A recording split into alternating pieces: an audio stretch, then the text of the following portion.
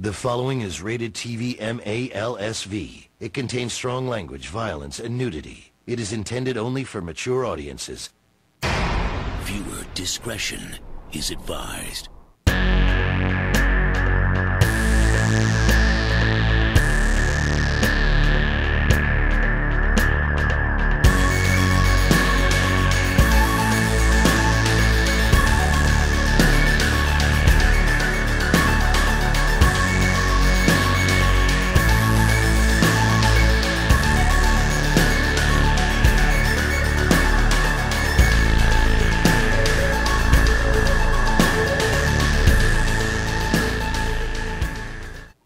Welcome to Darkroom, where the hidden becomes known. I'm your host, Devious Dave Rose, and today is March 27th, 2019. On this episode, we're discussing the power of the mind. And please help me welcome my special co-host here tonight, the one and only Jesse J. Hey, man. Dude, I was listening to your intro's hilarious, man. Where's the nudity at? I'm curious. It's imaginative, but it's there. And I heard that and I was just like, oh my God, this is great. Well, I'm just very in glad case. to have everyone here that's joining us in the chat tonight. We've got 8 viewers so far, but I'm sure that we'll get a few more. And I want to just give a little bit of time to allow for as many people as possible to filter in here. But more importantly, again, I want to thank you, Jesse J.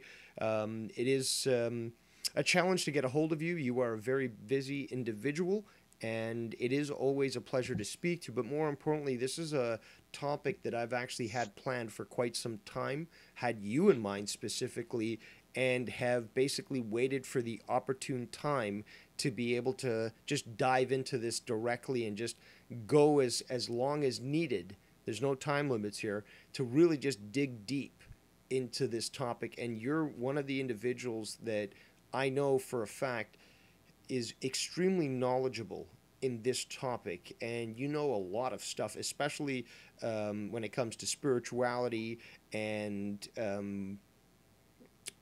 other aspects of the mind, and you know probably a lot more than I do in many different things. And I always appreciate when I have the opportunity to be around someone that I can learn from, and you're that type of individual in my eyes. You're somebody that always has something that I can learn from, give me different perspectives, and and again, this is just a normal, this should be viewed as a normal thing, where whenever you encounter everyone, we're all unique. So clearly somebody's going to provide you with a different view of things. And, you know, with our experience with each other, you've provided a lot of that for me as well. So I'm just very happy that we finally had this opportunity to connect and share what we wanted to talk about for so long with the audience here tonight.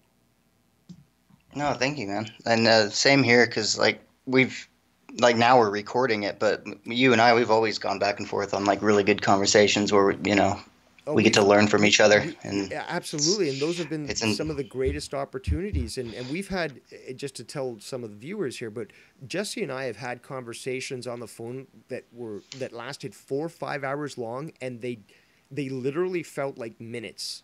It was, again, the old souls sort of recognize each other, and there's the ability to converse even. And there's been times where we haven't conversed in literally months, half a year almost. And yet we pick up right where we left off, and we just know. And, that sort of connection, it's not only spiritual, it's dimensional. There's a lot of different things we can speak about that. But I think that also speaks a lot about how well we connect, and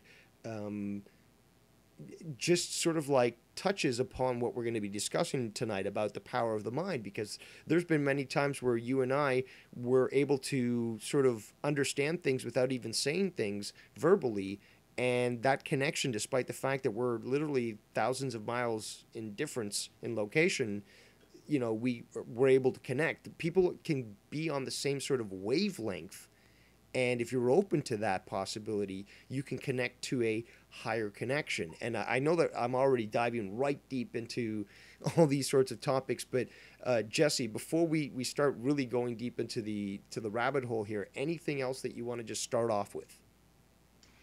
No, well, actually, like it's off topic because I'm reading the chat. My audio is really a lot louder than yours, I guess, and I was wondering if is that something I need to fix on my end? It might be because, I mean, from what I'm seeing right now on my connection, everything seems to be normal. I haven't listened back to the playback from the video, so I can't. I'm just listening to it now. Okay. I sound loud, but I can't. I haven't heard you yet. But I'm just going. I mean, I'm pretty sure Steven's right about that. I'm just trying to see if I can No, switch it's it. always appreciated that the chat lets us know about these sorts of things. Now, All right, so I'm turning it down a scotch. Let me know if that helps, guys. All right. And again, thanks to the chat for letting us know about this. But I do want to thank, before we continue, just Jim K's one, Cheek Buster, Stephen Langenheim, Big Slow, Jeebus the God for joining us here tonight. There's a lot of stuff that we're going to be discussing, but it's just very very nice to have you all on board. Because there's you asked me a second ago what I want to like. I'm curious. Like, what made you want to do this show? That's a great question. I'm glad that you asked that. As we just previously discussed, you and I can have a conversation and hours can pass and we don't even notice. We've always learned from each other, and there's a lot of information that we both have. What I admire about you, Jesse, is that you seem to have this you have this information that you've been able to learn about human spirituality, and most impressively, while facing such adverse situations. And to be able to see, even for me, like, I mean, first world problems, like, seriously, Dave, shut the hell up, because you don't know what Jesse has gone through. And this is not like, some sort of campaign to, like, say Jesse's, this great guy or anything like that. Not that you aren't, but it's just like, I'm very blessed to have very good health. And yet, despite your experiences in life, you're able to see beyond the veil. You're able to see truths that are not normally, I guess, available or open to people who just live their lives normally. And that's not necessarily to blame those people, but you have the ability to see the good in everything, despite the bullshit that you've had to deal with in life. And to me, that just blows me away, just for the fact that I can't look at my problems and say, look at me, poor little me, and then look at you and say, it's equal, because it's not. And you've also educated me on topics that I never even thought about. Topics in regards to either spirituality or emotions, or just personal interaction and stuff. And you have very unique insights with sort of like reestablishing a situation, in the sense that you provided, like I said, a different perspective to allow others to see other people's point of view. You don't do it aggressively, you do it in a loving manner, and it's definitely quite appreciated that you're capable of doing that, because many people aren't able to see the good in the good and the bad, and aren't able to progress past that point of victimhood. So when it comes to spirituality and knowledge in so many different fields that relate to it, I think that you really are one of these individuals, a very special individual that has this knowledge that can educate others. Remember back when, and I've always tried to admit this, maybe it's not that well known, but I do try to be as explicit as possible in my language. It's no excuse that English isn't my first language. I don't think that's an excuse. But that being said, I do find myself sometimes limited in my ability to explain certain things. And I think that you have a better way of explaining things than I do to convey a certain point. But there are times where we, for example, you and I, have been able to connect with simple words. Like, remember Kaleidoscope? The Kaleidoscope Club? Oh, yeah, absolutely.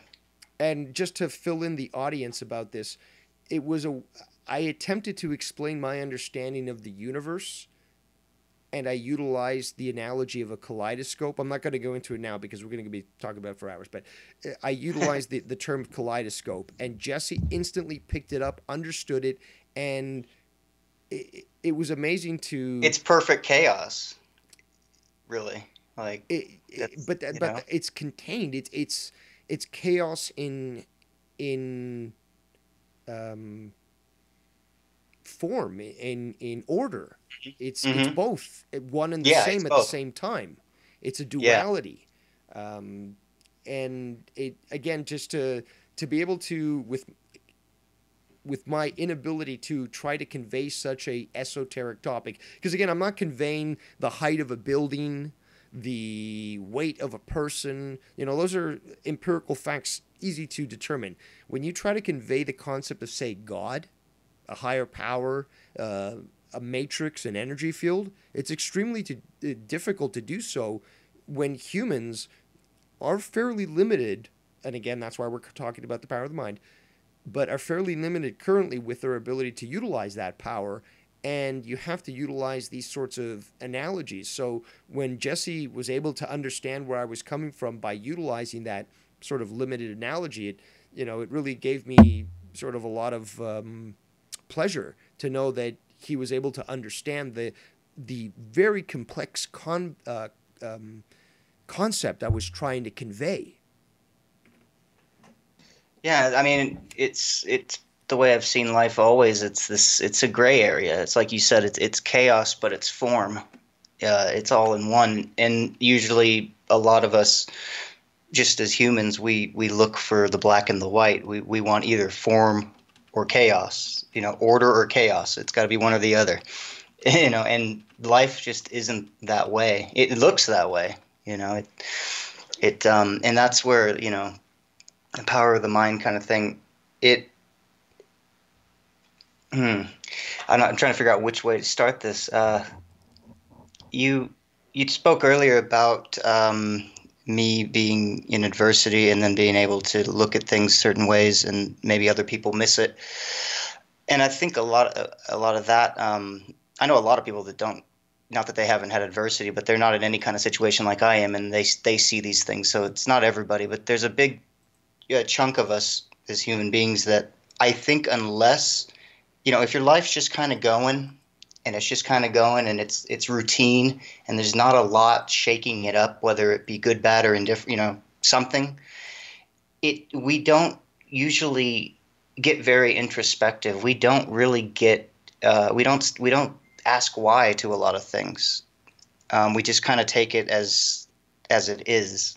And what my with being in pain all the time and in discomfort, and I'm not able to kind of just get into a life routine. My life routine is constantly being stopped and held back and asked to be I don't have any choice half the time but to sit back and be introspective and kind of feel and think about things and analyze things a bit and analyze everybody else a bit.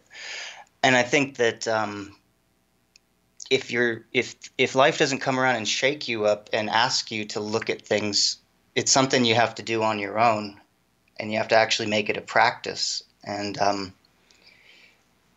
it could be. It's just literally it could be as simple as, like Dave said. I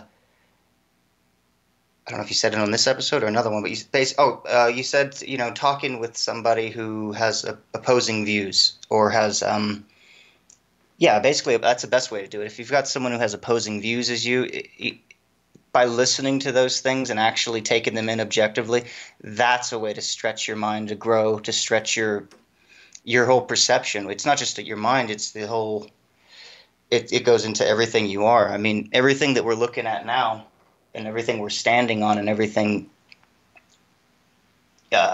we breathe and do, it's all based on what the mind understands and what it perceives, and Absolutely. what we're all perceiving as a whole.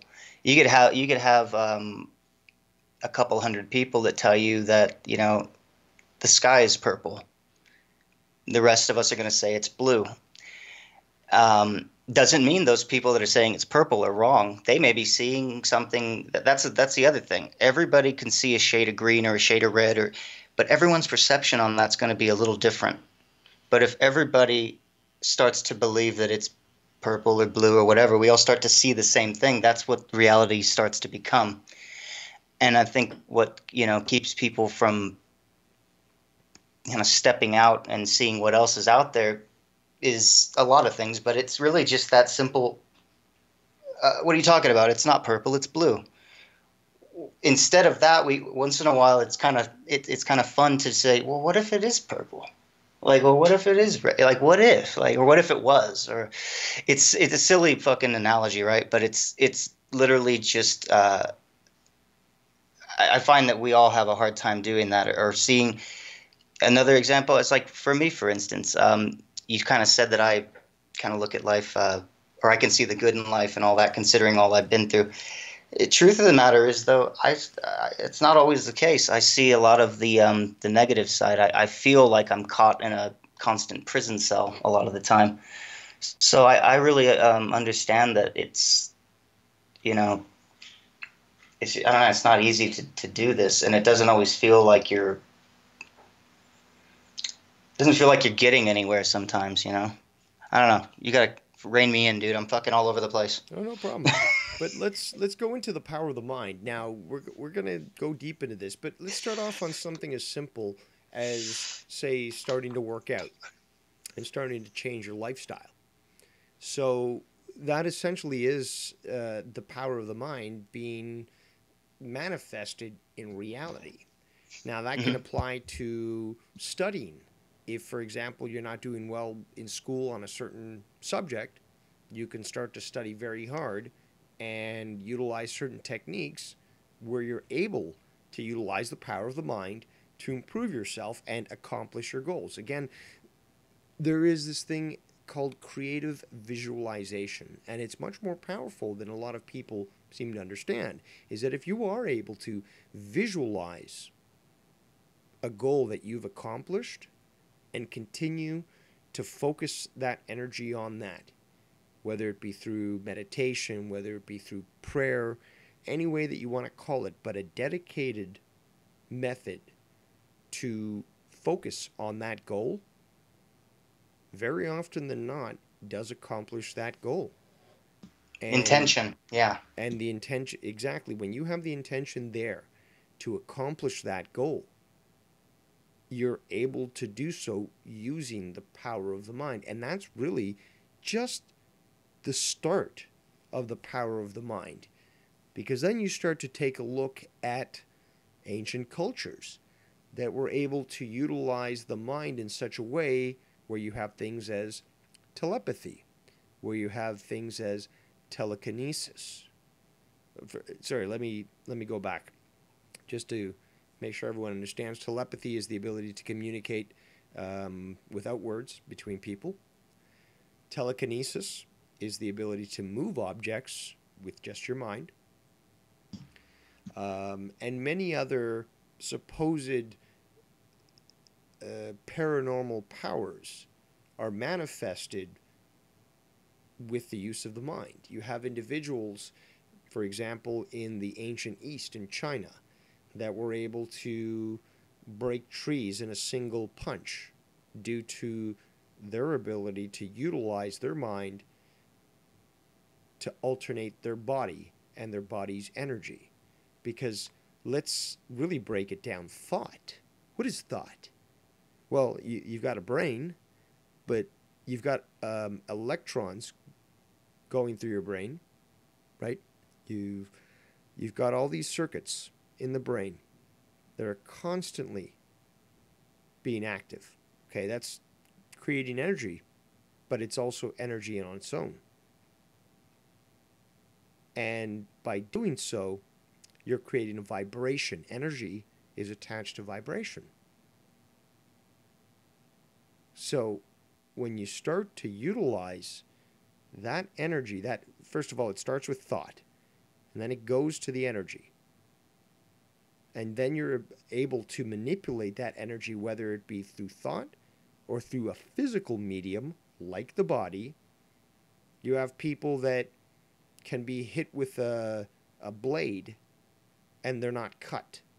You have people who are able to essentially slow their heart rate down so much that it appears that they're dead. You have people that, as the legends do indicate, were able to levitate objects just using their mind. And that's just the beginning of the iceberg when it comes to the use of the mind. But there are legends that speak of Tibetan monks utilizing chants and singing, basically an audio manipulation of the acoustic manipulation, to be more precise, of the environment to move giant rocks that we cannot move today.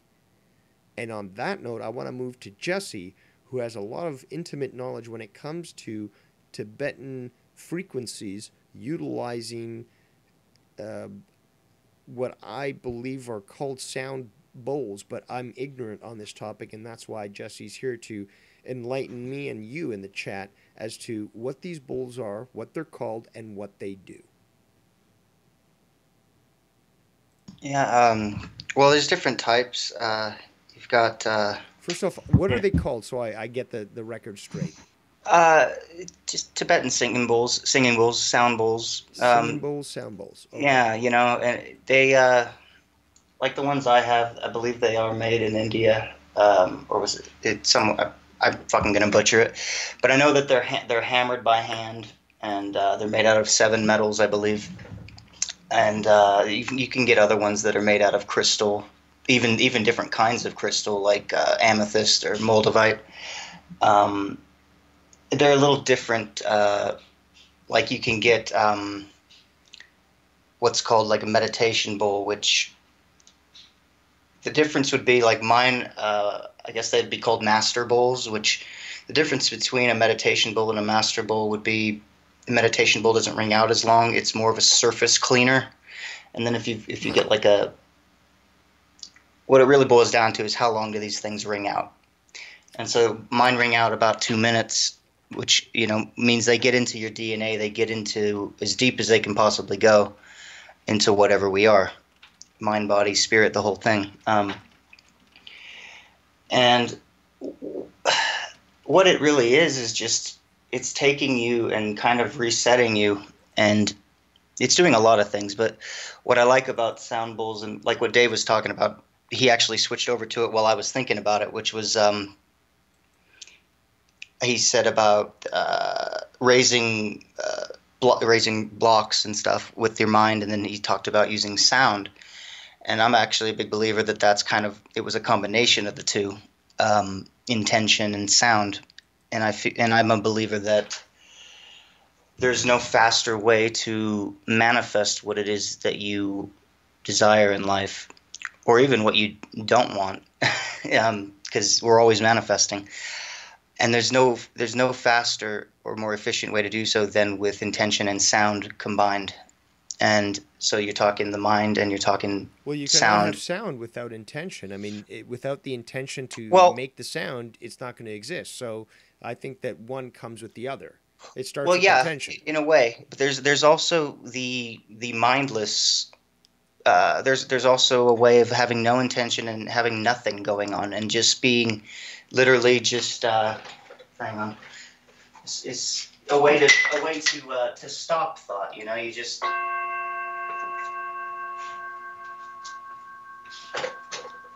When you hit them, if you're not really let's say you're just trying to settle everything down, you're just trying to, like, say, get in a peaceful meditative mind, it's a good way to just kind of make nothing go on, have nothing happening, kind of just realize that life is nothing but I'm glad that you brought that topic up, because that's, I think, a concept that is so difficult for people to grasp. Nothingness.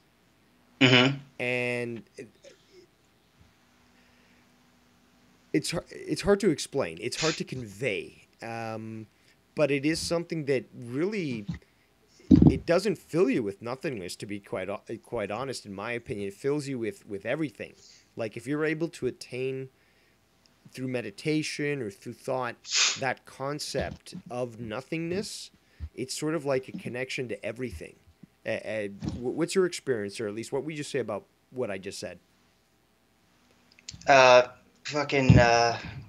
now I just forgot what you said. I just heard the whole thing. No, it's okay. It's okay. No. I got you. No, that's it, dude. That's actually, you're right. That's the paradox. Is nothingness is, having nothing is everything. Yes. When you can be emptied of everything that you think you are, everything that you think you've accomplished, everything you think you need to accomplish, just everything.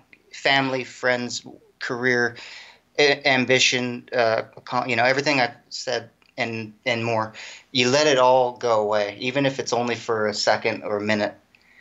And it is sort of an emptying, and there's a light feeling to it. But it also is this, like Dave said, it's the feeling of everything. That's what we come into this world as. We don't come into this world full of – we do have our karmic stuff we bring, but it doesn't get initiated right out of birth. What we first come out of birth is a very peaceful, whole being.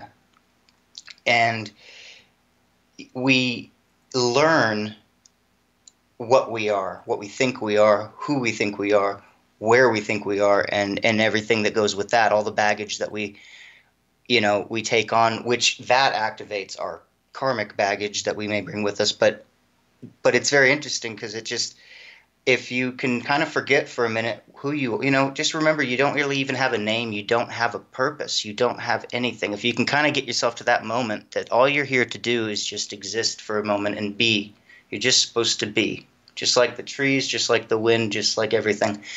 Yes, there's purpose to it all, but it's not thinking about its purpose. The trees aren't sitting there thinking about what they're meant to do. They're just doing their thing. Everything's just kind of being. You look at the most peaceful parts of nature, which is why being in nature gives you peace, because it's all just being. It's not thinking about what it's meant to be doing or what it's going to be doing a year from now. Is there going to be a forest fire? Is there going to be this, that? Are we going to get enough water? They're not thinking about that. And if we can get ourselves to that kind of state, we kind of get filled with what Dave kind of was saying, is this feeling of everything. But it comes from nothingness. So it's a wonderful, crazy, weird paradox. But and actually, that's, I think a lot of people, let's say you don't have a bowl. A lot of people think like, well, how do I meditate? How do I do that? And all that really is, it has nothing to do with any kind of pose or any kind of technique, really, other than like what I did there. I hit a bowl, right? That kind of allows me to just kind of listen to that tone, focus on nothing else but that tone. Let's say you don't have a bowl, you don't have anything. You just breathe. Focus on a good, 4-second inhale. Hold for 4 seconds. Let it out for 4 seconds. Pick your number that works with you, and just keep doing that. If you can focus, even for a few minutes, a few seconds, on just the act of breathing, you've just kind of done everything we've just talked about, and it's so powerful. But even me saying that, I can tell you I'm even naive to how powerful that it is. I'm still learning, and I will always continue to learn how powerful that is. But it's kind of everything. It speaks into what was mentioned in the chat here about. Do you think, Hot Love says, you think you can heal your body with your thoughts? Yeah, and that goes into sound, and that goes into what I was just saying about breathing, and it goes into really the intention. So your thoughts, like you're saying, yes, it goes into it. When something hurts or something doesn't feel right, you can focus on it and go, oh, that hurts. That doesn't feel good, right? And so we're sending that signal. Okay, that doesn't feel good. It already knows it doesn't feel good. It told you that. Now we're telling it that. We've just kind of doubled the symptom, right? And then if we start to get upset about it, we're just making it. What we're doing is intending that we hope it gets worse, basically. anytime we worry or anytime we do any of that, right? So if we can somehow, and I, this is a very difficult thing when you're in the threshold of pain or anything monumental and dire. But if you can somehow get yourself to just remember you're in control of the situation, and you can send a different relation, you can send a different signal to the area that you're that either hurts or that isn't doing well. So the doctor just told you, you got high blood pressure, or you got this, or you got that. Not a big deal, but then they start telling you that you got to do this with your life, you got to do that with it. So you start worrying, start thinking about. What they don't tell you is, yeah, you can take this pill and that can help. Yeah, you can change your diet. That's all great. But you can also straight up tell your heart or tell whatever, we're going to be fine. You need to, you're doing good. You're healthy. You can normalize, say you have AFib or something. You can tell it to normalize its heartbeat. You can sit there, and the more you do, you can do things. I can tell my body to relax itself and not to focus on the pain. Do I fucking practice that enough? No, it's very hard to do. It really, I can't say it doesn't work, but there are times where this stuff doesn't feel like it really is doing anything, but I assure you it does. The whole thing about it is to continuously practice it. Because if you think about it, think about the things in life that you're constantly stressed about daily, right? And then the monumental stuff that comes up, whether you sense it coming or it just hits you out of nowhere. Then, you have that going on. You're constantly practicing to feel however it is you feel and think about those things, right? And you may sit, maybe you're not even thinking about, maybe you're not even aware of it. You just react a certain way, you think a certain way, and you feel a certain way about it, and then you keep doing it. That's why I'm saying if you put these things into practice, it's more of an accumulative thing. Am I saying you can place your palm on a place that hurts or that needs healing, and you're not going to have pancreas cancer anymore? Not saying that. Am I saying that's possible? Yes. But it's more of an accumulated kind of thing, where you practice and practice, and you constantly send different signals, the signals you want to be sent, the intention, the vibration that you want sent. And, you just got to ride out whatever else happens. It doesn't mean that everything's going to just be hunky-dory in the end, but you certainly can help your situation more than we may be, So. Now there was, let me just scroll up in the chat here.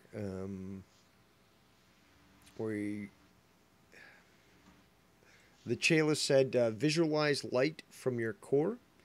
And that's one way. And I'd like you to talk about how there's different methods of meditation for people. I can speak about this after, but I want you to be able to speak about it and just talk about how, a certain type of meditation might not be suited for a certain individual, and that we each have to find that particular method to get us to focus. Yeah, I mean, that's just something you kind of have to find for yourself. It's not something you're going to want to you see something about a meditation class or a healing circle in your area or something, and you go to it, maybe it didn't jive with you.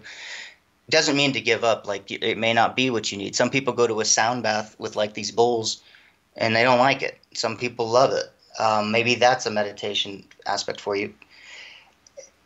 Even something as simple as, I know people that are in the zone, that's another way I put it for meditating, or just, it's really about being in the moment. If you find yourself in the moment when you're working on a car, when you're doing dishes, when you're in the shower, that right there is your, it's your wake. It's a meditation. I forget what there's a great word for it, and I just can't think of it right now, but it's like a waking meditation, or it's like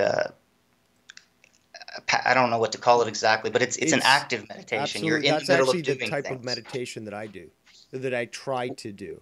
Because when you notice these opportunities where you are able to be doing a normal task or a task that you enjoy, and then you slip into this zone, it's difficult to explain, but when you feel it, when you experience it, you know it. And for me, for example, gardening. Gardening is something that really gets me into the zone. And it's you have a waking meditative state going on.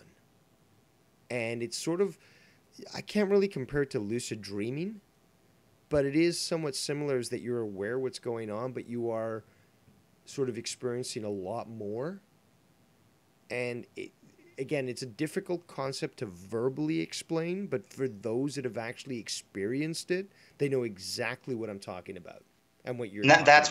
That's why I brought that kind of meditation up, because everyone has experienced that. That's the best part. Not everyone has sat in a lotus position and chanted or done all that, but everybody's been in the moment doing something that they either enjoy or, you know, you got caught up in while you were working or something and you're just in the zone. And you could say, well, I was just really busy working. Well, no, it depends. There's a certain feeling comes over you where, you know, you're not thinking about what you're going to have for dinner, what you got to do late. There's nothing else going on but what's in that moment. And, you know, it's overlooked. It's overlooked as a form of meditation. I think people think you really have to, like, you know, do a whole bunch of different weird things, or, you know, wear certain kinds of clothes or move to certain types of places. And it's like, no, it's not at all the case. Most people are already in a state of meditation in some way, and they don't realize it. It's just a different. When I say that, I mean more of like sometimes we meditate in a self-destructive way. And I don't even know if that's ever really. If someone could probably say that's not even possible, but I'm like, whatever. I'm going to put it that way. We sometimes will get ourselves in a bit of a rhythm of you know, hyper focusing on certain things that kind of do us in and keep a pattern going. We were very safe in a comfort zone that keeps us, like Dave said earlier, in a victimhood. And, you know, some of us really, I've seen it on all kinds of scales where it's literally just somebody keeping themselves in a victimhood. There's nothing around them happening to put them there. They just are stuck 30 years ago. And the minute they realize that they can switch it, they're like off to the races. And then there's people that have stuff going on in their life on a daily basis that is going to always be reminding them that they are in some way bound to a certain shackle in this life. And it's just the way it is. And it's not something that happened years ago. It's not something that is just in the head. It's something that is right there in the daily reality. And it does. And the funny thing about that is that no matter what side of the spectrum you're on, it's all the same game. You still got to realize that you can switch it, and that you have a lot more willpower and say in the situation than you may think. And, you know, some of that is going to be in the form of thought, like we've talked about. Some of that's going to be in the form of action. And the key there is to try and get your thoughts to align with your action. And sometimes it's just, you know, that's something for everyone to figure out on that, because sometimes you're supposed to not. Some of us overact and some of us underact and need to do one or the other. You know, that's the balancing thing. So yeah, I don't know where else to go on that. I was just about to explain the differences, but then it's not that complicated. Some people like want to have a new thing going on all the time, and as soon as they come up with an idea, they're bam, bam, bam, they're on it, acting, right? Sometimes that kind of person may need to step back a minute and kind of see what's going on when you're thinking and when you're marinating on an idea. You're sowing seeds, and you're allowing those seeds to crack, and you're allowing something to sprout. If you just dive right in, sometimes that's really what's meant to happen, but other times you're diving onto dirt that hasn't, there's nothing sprouted yet. There's nothing that can bloom out of it. And then you have, quote unquote, failure after failure. And, for that kind of person, it's to step back a little bit, maybe. And for another kind of person who always has an idea of what they need to do, and they just, for some reason or another, never get around to doing it, or never have enough confidence in it, whatever. For that kind of person, you've got to just fucking go for it. Even if you just came up with a new idea based on something else you've already thought of, and you've been thinking about it for a long time, even if it's brand new to you that day, fucking act on it that day then. Because why? That person has been sitting on this thing forever. They've been, they've got blooms they don't even realize they have ready to go. So it's like, you got to see what side of the spectrum you're on and how to act accordingly on it. And sometimes you just flat out won't fucking know. And you just have to dive and hope, you kind of, the safety net kind of appears, but you'll never see it before you dive, That's a good point. That's a good point. Or are you referring to manifesting negative thoughts subconsciously? Yeah, that's what I was referring to earlier with, kind of getting us, what did I say? Just to put some concept there for context for the audience, Jesse's reading a message from the chat. Oh, yeah. Sorry about that. Negative thoughts. Yeah, so that's all I was saying earlier about kind of when we create a rhythm that goes into a negative, we can do the same in the opposite, But don't berate yourself for being negative either, because that's another thing. You've got to honor whatever comes up, and if something negative comes up, allow it so that you can kind of see why it's there and realize you can go differently from that. But don't shy away from your negativity either. That's just as bad as always being negative is to shy away from it or to suppress it. What else you got, Dave? So what do you, as some people have alluded in the chat, what are your thoughts in regards to being able to heal yourself utilizing the power of the mind physically? I'm still working on that myself. The way I look at it, we are human, and nothing, no matter how much we think we can, nothing will ever kind of stop that. You can't break the limitations of being human, but you can become aware of what once was limited becomes limitless in some way, right? You can become aware of new layers of things, whether it be physical, seeing new colors, hearing new sounds, smelling new smells that once were maybe not attainable. That's all there. But one thing that's always going to be there is, where you can't just say, well, I'm going to manifest this. I'm going to pray it. I'm going to Reiki it away. Why not? Because what's holding us back?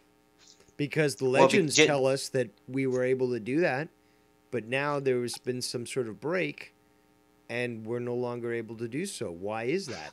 I do believe at some point we were able to do that, and then we kind of maybe abused the power we had, and it's kind of brought us back down. I don't know about all that, but I do feel like for now, no matter how much everyone's awakening and everything is transcending and moving forward, you still have to have you've got to mix something in. You have to mix a practical application in with everything. You can meditate, you can do Reiki, you can have wonderful sounds around you all day long with all the frequencies perfectly aligned. But at the end of the day, you've also got to do practical applications that refer to the human body. Like you have to eat differently. We have to start taking in, different types of, we have to learn how to heal ourselves. There's a lot of, there's plants in the world that I don't fucking know the names of that probably would help me tremendously.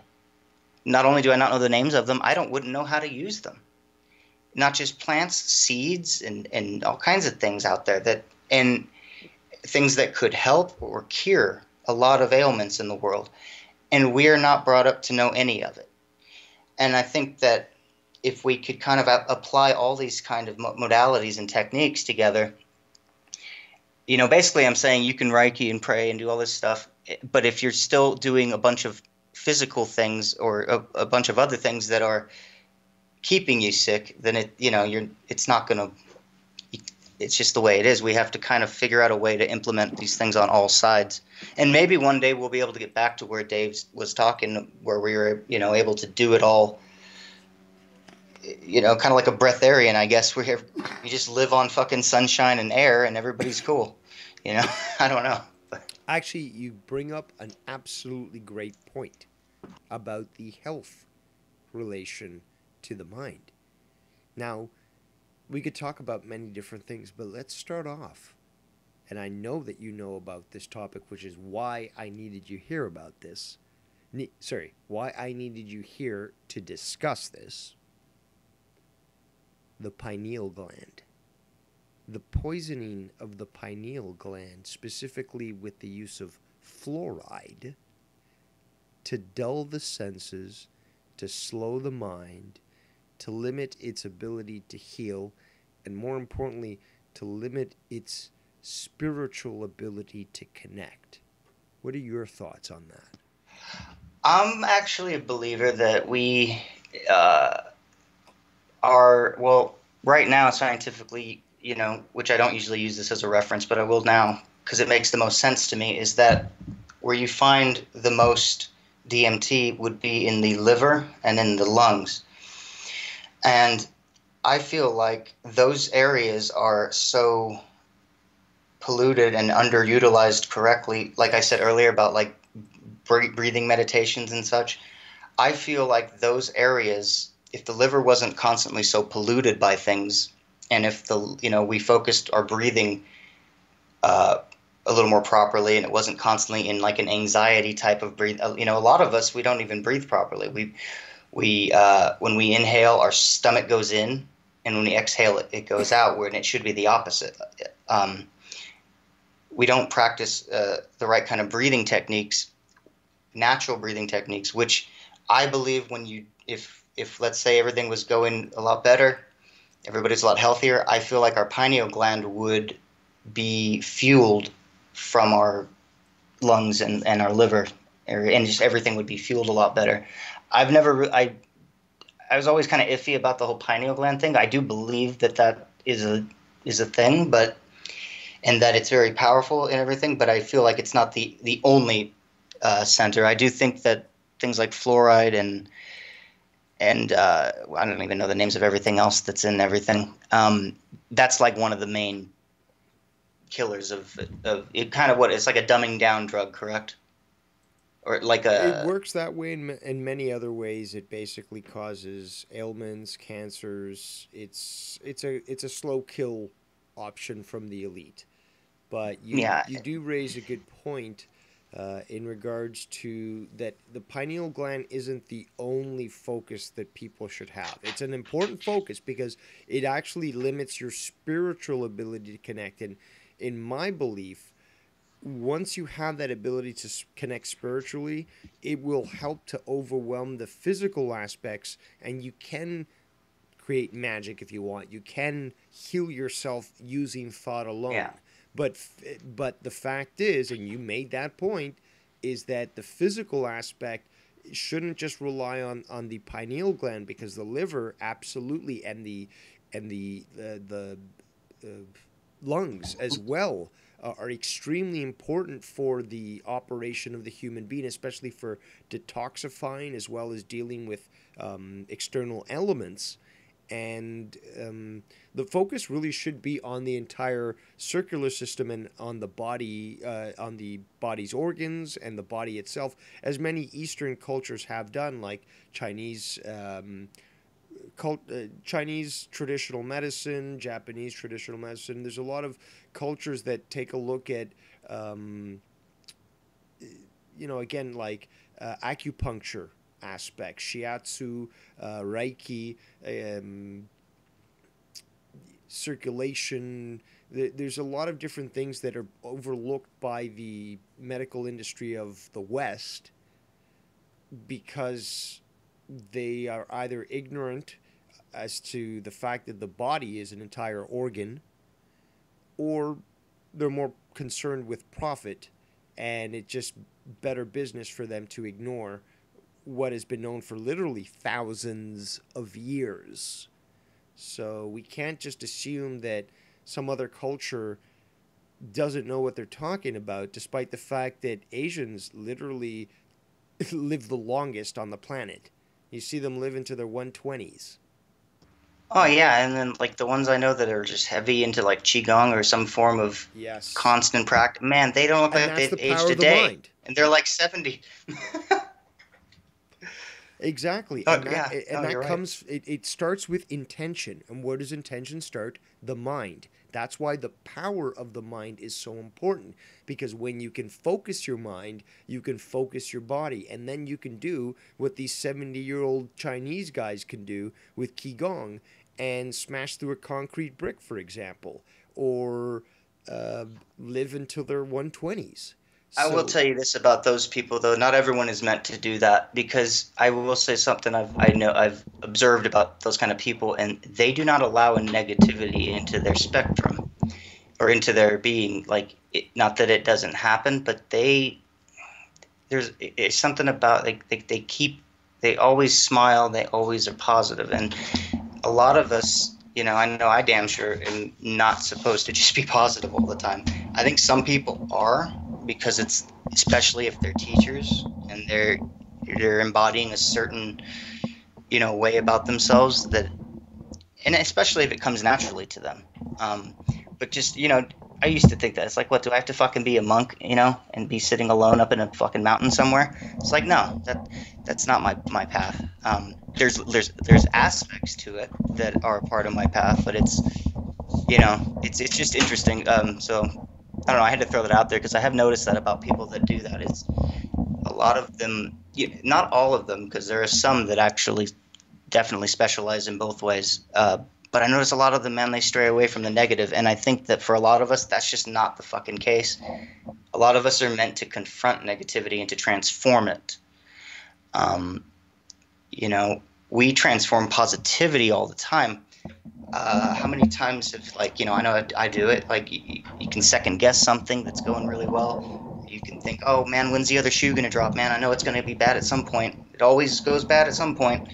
And we transform the positive into a negative all the time, whether we realize it. But I think we're meant to transform the negative into positive. And so I think, so don't trip too hard if you can't be like them 107-year-old monks, because not everyone's going to make it to that anyway, at least not right now.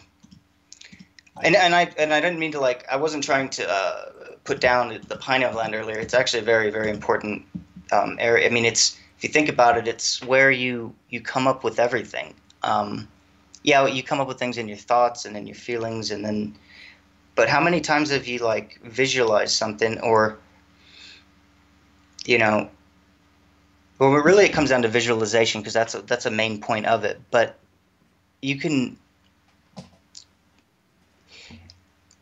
What happens with the pineal gland is when it becomes cloudy, you become disillusioned, or become, I guess that's one of the best words. We start to believe in some kind of delusional aspect of life, even if we don't. It's not like a clear cut, oh, this guy's crazy kind of thing. In some cases, yes, but in other cases, it can be as simple as thinking, you hate your job, but you go to the same fucking job every day, but you hate it every fucking day, right? You're delusioning yourself into thinking that that's all there is, and that you have to do that. True. You can't even see anything else. You want to see something else because you fucking can't stand being there, and that's okay. You got that anger is healthy in some cases. It's trying to tell you something, trying to tell you to look at another way. And maybe, in the funny thing, just to kind of use that analogy, what'll kind of happen when something like that's going on is the universe will hear you, feel you, and it will send you exactly what you want. You basically are saying, I don't want this way of life anymore. Maybe you lose your job out of nowhere, right? Wow, now life really is fucked up, right? But you got to stick with it, because you're actually in the middle of manifesting something that's exactly what you want. But what we'll be doing is we'll be in this moment of, basically, by not being able to be aware of that's what's happening. It's one thing to not even think you have any other options. That's easy to become in that state. You got kids, you got wife. You can't just hop ship to another fucking job. You don't feel like you can. But when things start to get moved by the universe or by life, and you've got no choice now, where it comes down to is, are you going to be in delusion and just kind of keep being like, oh, fuck, life's just getting worse and worse, and kind of just keep spiraling? Or are you going to realize that, oh, wow, I have an opportunity now to, shift my life? Like, this is a huge opportunity. I've known people that, lost their jobs or flat out left well-paying jobs, that's because they realized they didn't want it. And then maybe they got other jobs. And another guy I know, he literally just lives place to place. He's traveling all over the fucking country doing what he loves to do, and doing radio and doing all kinds of shit. But he probably doesn't have a bill to his name. He doesn't have to fucking worry about stuff too much. But he is living on basically trusting the universe and being in his awareness at all times. And so I know that was a big, long fucking analogy and story kind of thing, but it was just there as an example to say, well, you can look at it one way or you can look at it another. If we look at it in a trapped way or in a very closed off way, that's a sign your pineal gland and your heart, everything is very closed off and kind of blind at the moment. And all you have to really do in that case is to kind of be open-minded. It doesn't mean you're going to actually you're going to actually realize anything or that anything's going to just come to you, but just to be open to the idea that things can shift. Bam, you just cracked, your pineal gland, or it's opening now. Everything in your life can open from that key thought alone of this can be different. Things can be better. I want better, so. No, definitely a great analogy. And what is your thoughts on the pineal gland? Well, it is something that obviously has been sort of represented and referred to by ancient cultures for a long time. By the way, I want to thank Chelis for letting me know that my sound wasn't sounding too loud. So hopefully this is sounding better. Let me know if there's any problems. But, okay, now I lost my train of thought. Ancient civilizations, pineal gland. Oh, yeah, they've displayed that multiple times. I could show the graphics and stuff. It would just take some time to get them all. Everybody's seen it. That's the funny part, is everyone's probably seen what you would show it. You could call it the third eye, even the evil eye. I think it's referred to, isn't it? Not to my knowledge, but it could. But essentially, the third eye is utilized to receive and to emanate knowledge and energy. Okay, and it can be used for good and evil. So not only reception of the world that lives around you, but you could technically utilize it for, I would believe, for negativity. So I can't discount what you're saying. Ancient cultures have discussed this. They've sort of demonstrated that with their carvings and their writings and drawings and such. But you also see physically with medical examinations how when you essentially conduct an autopsy on those that have been exposed to a lot of fluoride, especially through water, that it's been calcified. But if you take a look at individuals who have not been exposed to that, it's not. And the difference that has come out through testing is that fluoride basically dumbs you down. It lowers your IQ genetically. And it is extremely dangerous in its natural state, so much so that people need to actually wear hazmat suits to handle it.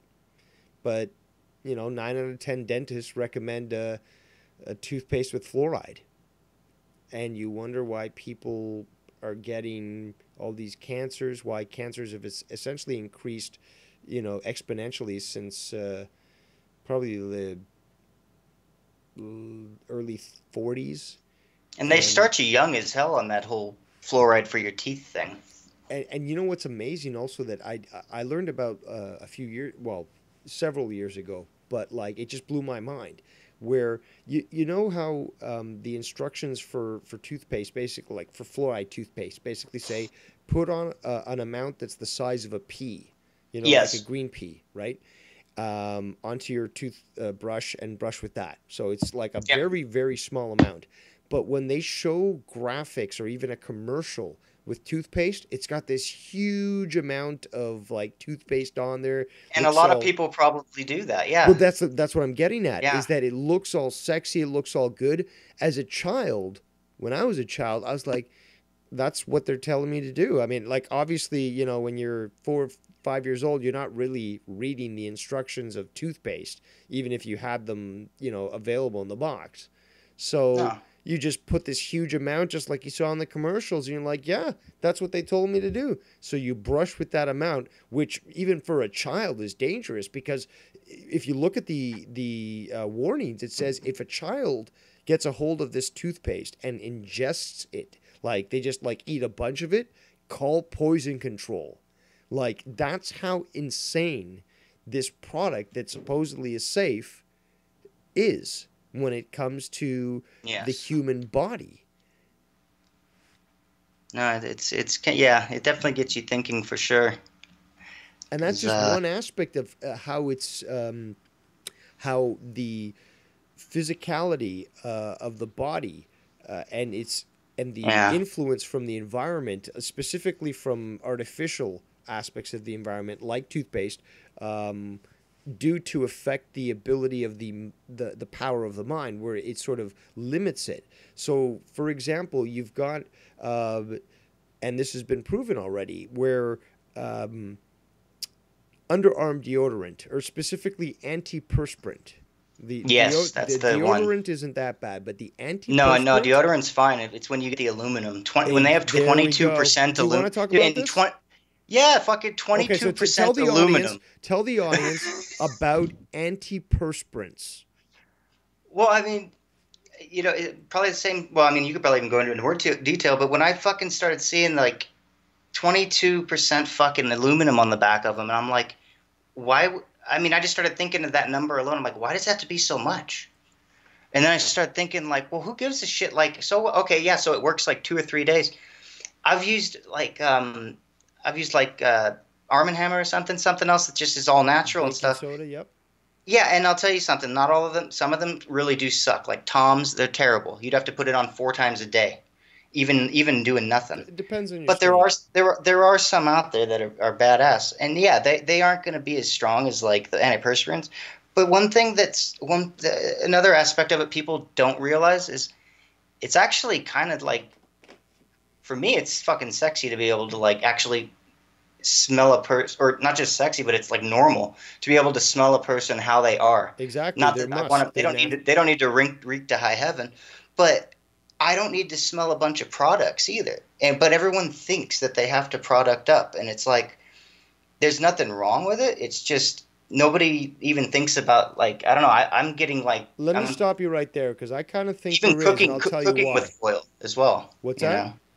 Well, I've even started like looking into getting like just parchment paper and from now on, and stop using foil when I like line my baking sheets and shit. Oh, that's absolutely. I've stopped using foil for quite some time. I love to go camping, and there's a lot of recipes for food and stuff that call for you to like basically cook your food in aluminum foil, and I can't stand that. Like, there's always a better way to cook your own food, and it's a cheap, easy, lazy way of getting out of it. But more importantly, it's been proven that it leaches into your food, and you absorb it. That's what bothers me right there. But like, in regards to the antiperspirant, which I wanted to mention, is riddle me this. Why is it that as soon as we saw antiperspirants with heavy metals get onto the market, that we saw an explosion of breast cancer in women? Oh, yeah. Riddle me that, Batman. No, definitely. Same thing with like Johnson & Johnson. Like, if women use that kind of shit, like I just wonder about all these things. I'm like, man, nothing that we use unless we know where the source is coming from. Yes. Like, you really just don't know. And why are we ignoring the fact that we as a collective have existed for at least, to be conservative, 10,000 years? But we know, for those of us with an open mind and an open eye, we can see that we've existed for much, much longer. So the fact that we've been able to survive countless cataclysms, I think goes to show that there are definite ways to keep ourselves healthy without having to rely on artificial products. And No, it's yeah, funny that's because I exactly. remember, I just got to add this anecdote, is that I remember hearing this like news story on the radio, and it was in the newspaper as well, where it's like, grandma was right. Who knew that a chicken noodle soup with bone broth would help cure you from the flu? And you think anybody logically would think to themselves, this information has been passed on, to the point where it was probably passed on at one point orally. They didn't have any way to write it down or anything like that, but the people knew how to create a soup that would heal you utilizing the environment around you, resources around you that were natural.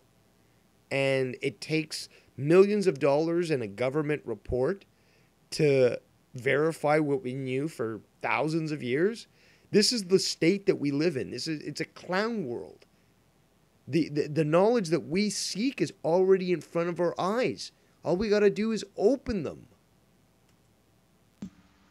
Yeah, that's kind of what I was getting at earlier with, like, when I was saying there's tons of stuff out there that could probably help me. I don't even know the name of or how to use it or where to get it. But some people out there do, and that's the beautiful thing, because if you're really like sincere about finding some of this stuff out, if you really want to,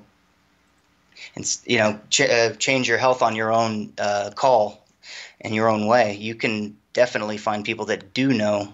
The problem is that I've noticed is to go natural in any way right now, whether it be food or supplements or herbs or any of that, is fucking expensive. It's way more expensive than anything else, or you got to get like supplements from fucking China with gelatin in them and all this other shit, and then you can maybe afford it. And it's like they make it really hard to do this ourselves, and so it's don't be discouraged because it's not going to be easy. It won't be, because we really have not been taught this. Never have we been taught that you can heal yourself. Actually, we've been purposely... No, I'm talking about like us that are like listening, like the last 20, 30, 40, 50 years. We have been taught to go to doctors. We've been taught to seek medication, and we've been taught... Exactly. We've been taught the total opposite. That's my point.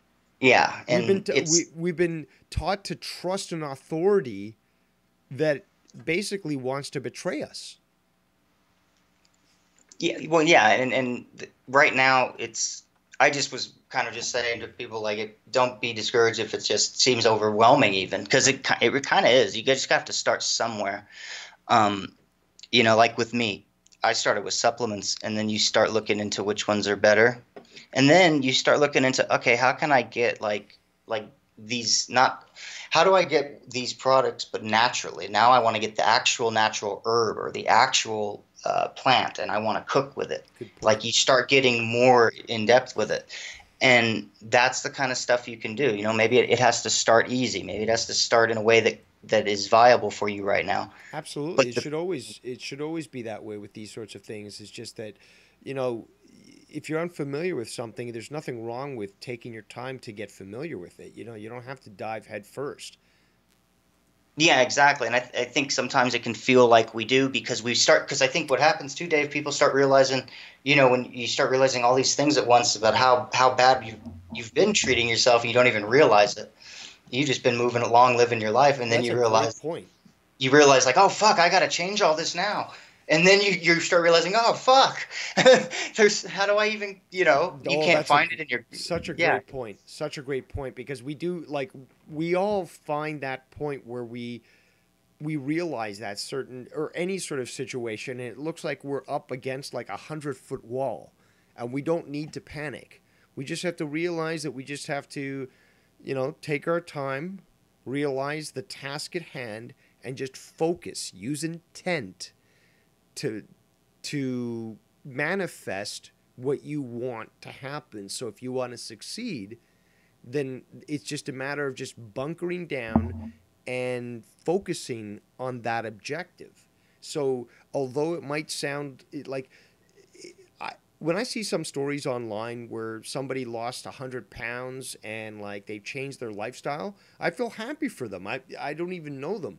But just for knowing the fact that somebody had that willpower, that power of mind to focus their intent to accomplish their goal, it makes me happy as a human being. Yeah, me too. To too. know that somebody has chosen to break that comfort zone and to go for that goal that even some people might have criticized them for or laughed at them, but they believed in themselves and they accomplished it. Yeah, it's fucking great. Like, it reminds me of the other week I had a Lyft driver, and we just got to talking, and he was talking about how he never, he drove locally a lot, and then all of a sudden he said, fuck it, and went all the way to Washington and shit and drove back. It's like, he just, it's just like, hell yeah, dude, get out of your comfort zone. Fucking, you wanted to do it, you did it. Now you can, and then the next time we want to do something in life, we fucking, you don't look at it quite as daunting. Yet every time you do something, it's going to be breaking your comfort zone. But there's always that first time that just feels like it never can happen, or, but that's precisely, in my experience, when the most reward comes from it. Like the universe, man, call it what you want, God, universe, just life, just call it life. Life loves when you're stubborn and you have a nice, just stubborn heart, and you really go for something. And it doesn't, as long as you're bettering yourself in some way, and it can feel that tension between like the routine and novelty, the old and the new, the comfort zone and breaking that comfort, like when it can feel that tension between it and it knows you're breaking that and you're going through it and you're persevering, you get rewarded tremendously in life. I think the problem is that we all, in some way or another, either stop short and self-sabotage it, or we get, we succeed and we don't quite see that we've succeeded. We kind of don't, it's not enough. And I think, that I'm saying just in a general, I'm not saying everyone does those two things. It's just kind of a general thing. And, maybe finding a sweet middle ground where you realize that, man, everything's kind of happening right on schedule. Sometimes it's nice when life throws you a little, a nod, like, oh yeah, really, something, synchronicity or something happens where you really do feel like you're on time, you're on schedule, life's just going right. Even if something crazy is happening, you can feel like everything's good. Life's not always going to throw you that. You have to kind of remind yourself that, because remember I said the stubborn heart thing. What comes with that is also trust. It'll reward you as well for being stubborn in the other way, where you don't want to budge. You dig your heels into the ground where you're not going to move. You're going to be inert. And it'll reward that too, but it'll give you more of the same.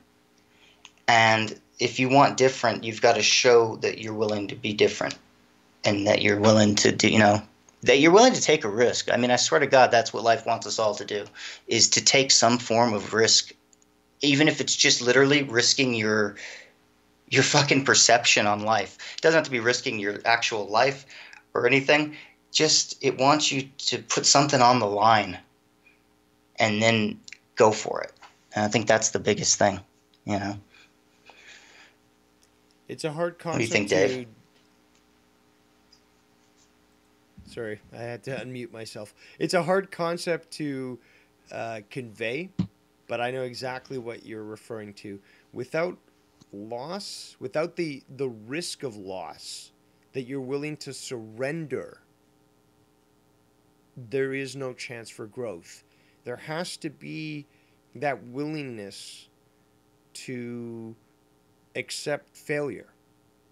And when you open yourself fully to anything, whether it be to winning or to losing, you do, like we spoke about earlier, is how did you put it, Jesse? Where it was where I said that, like where you said that nothing. Nothing brings you everything. Exactly. Where you get a sense of satisfaction, of understanding, of peace, when you realize that concept. And I would have to say the same thing with that. Sorry, Jesse. Yeah, one of the best people I've ever listened to that really turned me on to that. I mean, I kind of knew it myself, but to hear it this way really sparked it for me. And it was, Alan Watts, if anyone ever wants to look him up, good books and really good lectures. He said, in giving it all up, you've got it, and it's just like, oh shit. As soon as you just let it all kind of go and get, you give up kind of what I said earlier, you give up everything. Yet, because put it this way, the life and the universe, everything that's vibrating back at us knows damn well what we want before we even think it. And once we think it, we've really started programming things. We don't have to keep like striving for it so in a way that is a desperation or an anxious way. It can, there can be some tension about it, can be grueling in some way. It can push you in some way, but it doesn't have to be this a desperate seeking of something in life. You've got to realize you've already got it, and that but the only way it can actually come to you is if you let it. And it's kind of like when you're not looking at it, when you're not paying attention to it. Let's say you go out and you put out a bunch of job applications, right? You put them out and you put them to places you really like, and then you put out a few to ones you don't really like, but you'll do them. You get those jobs, the ones you don't really like. Okay, so you're not focusing on, I really want these jobs, right? You're just kind of doing your thing now. Okay, months later go by, you get a call from one of those jobs you really wanted, and then it happens. That kind of thing would be like, oh, fuck, now I lost my thought. I'd have to hear what I said right before. Basically, that's life's way. Oh, that's you not looking. And while you're not looking, it comes to you. It literally comes to you like a fucking butterfly. And you just kind of put your hand out and let it land on you. It's kind of that. It becomes that effortless if you are aware of it. And then... So, I don't know, I guess that's my way of saying it, is that, like, that was just my analogy or example of it, is you can, I don't know, I'm fucking lost now. And giving it up, that's a way to get it. It's kind of like when you're looking for your fucking keys or something, and you can't find them. They're right there in front of you, but because you're looking so fucking intently, you can't see them, or you can't find what you're looking for, and then later you see it when you weren't looking for it, right? Same exact thing. We've got to just kind of step back a little bit. And you don't even have to fucking meditate or any of that. What it really boils down to is you put out an intention, and then you kind of let it do its thing. And then you have to know when to put more into it. You don't just sit there and constantly, you don't look at it waiting for it to boil, like boiling water. You've got to step away and go tend to some other things while it does its thing, because the difference between boiling water and your whatever it is you want to do is you can actually stop it from fucking boiling by sitting there and fucking with it constantly. Whereas the boiling water will eventually boil. I'd like to be able to say that the same is true for things in life, but honestly, there's this little game of hide and seek. You seek and then you kind of hide, and you let it seek you. And then that's kind of the best way to really kind of let things you want to manifest. It's allowing your higher self. We're the lower selves walking around here. And your higher self is what's running the rest of the show and knows all the little moving pieces you couldn't possibly know. That person you meet that you never met before that somehow leads you to the thing you've always wanted. Synchronicity on epic proportions, right? That's your higher self, and you've got to allow that side to get involved. And the only way to do that is to really, really trust. So hopefully all that fucking rambling and shit, opened things up. Question a few things like, I think that we already know these truths, but I would I would equate them with an analogy, and I'm not sure if it's even a good one, is it is your dreaming self where you are aware of certain realities, but when you get out of that dream state, you forget them. So there are innate sort of feelings in humans that we know certain truths, but we sort of forget them in a dreamlike state. They're sort of foggy memories that we may not be able to remember. But I do believe that we know truths even though we know them only subconsciously. We just have to utilize the power of the mind to connect to those thoughts and then realize the truth and reality. And I want to actually say a quote right now. Bruce Lee made this quote, very perceptive quote, and I think it builds a little bit on what Jesse was speaking about. But the quote goes as follows: "You must be shapeless, formless, like water. When you pour water in a cup, it becomes the cup. When you pour water in a bottle, it becomes the bottle. When you pour water in a teapot, it becomes the teapot. Water can drip and it can crash. Become like water, my friend." And I feel that that is a good way to sort of explain how to deal with life, because in the sense that you are that water and you are dealing with whatever situation that you're put into. But you are only limited by the sort of limitation that you've been put into. So, you might be a cup, you might be a bottle. And I'm not speaking literally here, but what I'm saying is that you form your own reality through the power of the mind. You don't even need to be in that vessel, because water is formless. You can take any shape that you want, any existence that you want. And I feel that that's just a great analogy in the sense that it conveys the fact that humans, like water, aren't limited by their vessels. They are limitless. And it's just a matter of your concept of mind that puts you in a certain reality, like a cup or like a bottle. What do you think about that, Jesse? No, that's It got me thinking about a whole bunch of other shit while you were saying all that. But yeah, let it go. Let's do this. Well, it's just, let's see if I can remember now. It got me into thinking about because it can sound easier than it's interesting, because it is the way of things, is to kind of go with the flow and deal with what you're dealt. But then there's this other side of it, which kind of is more like fire, I suppose, is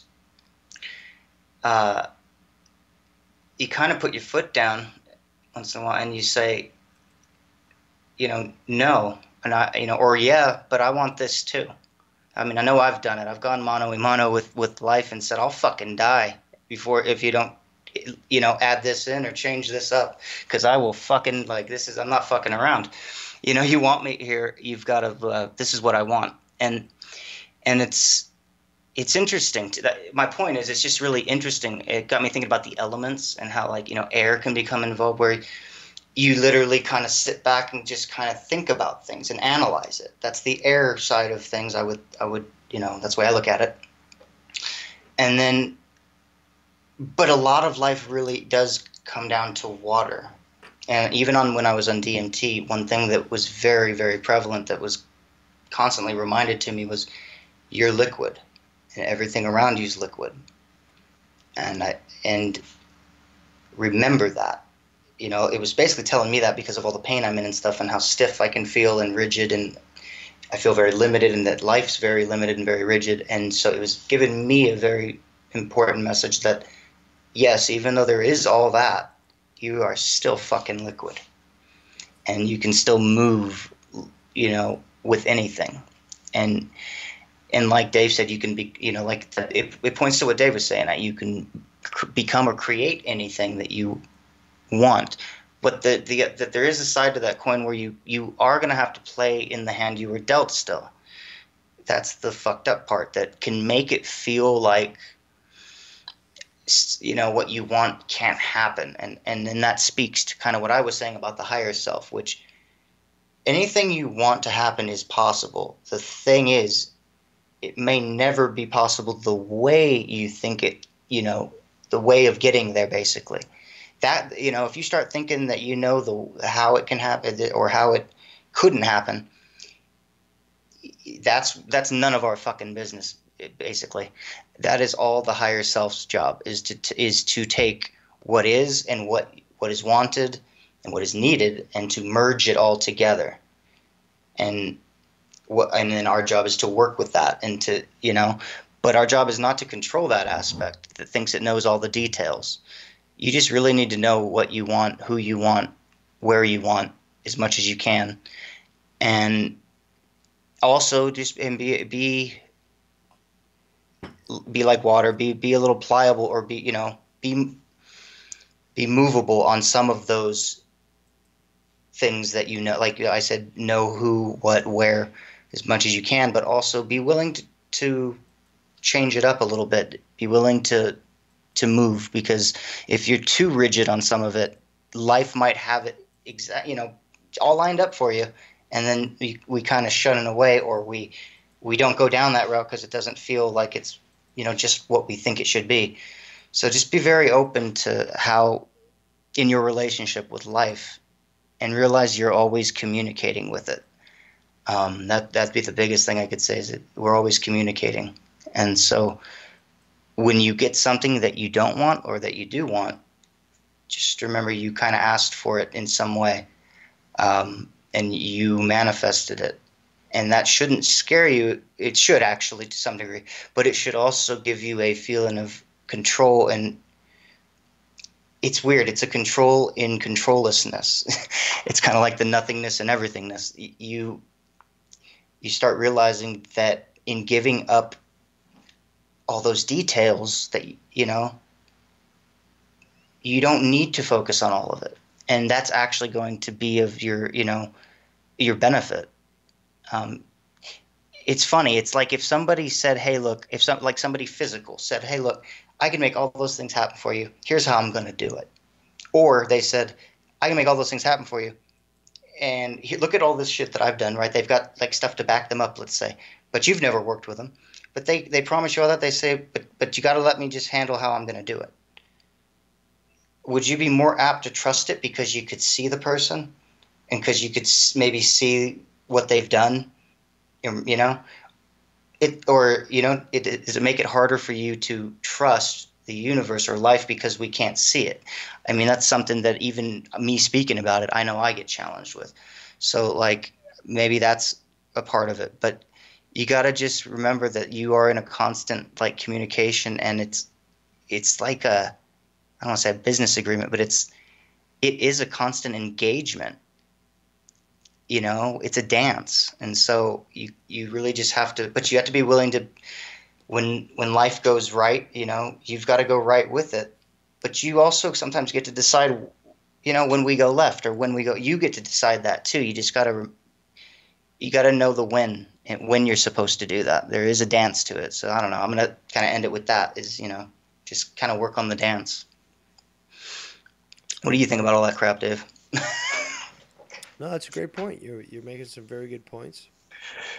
And again, I'm glad that you've been able to join us here tonight.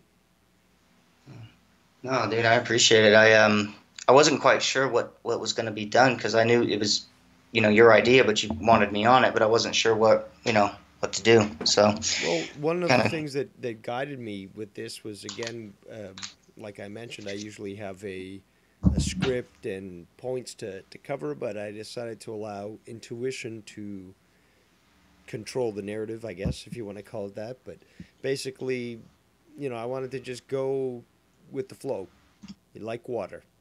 And I knew that you'd be able to discuss the same things as I could, and add a new sort of impression as to what your thoughts were on these sorts of things. So again, I do appreciate that you've been able to add that particular insight.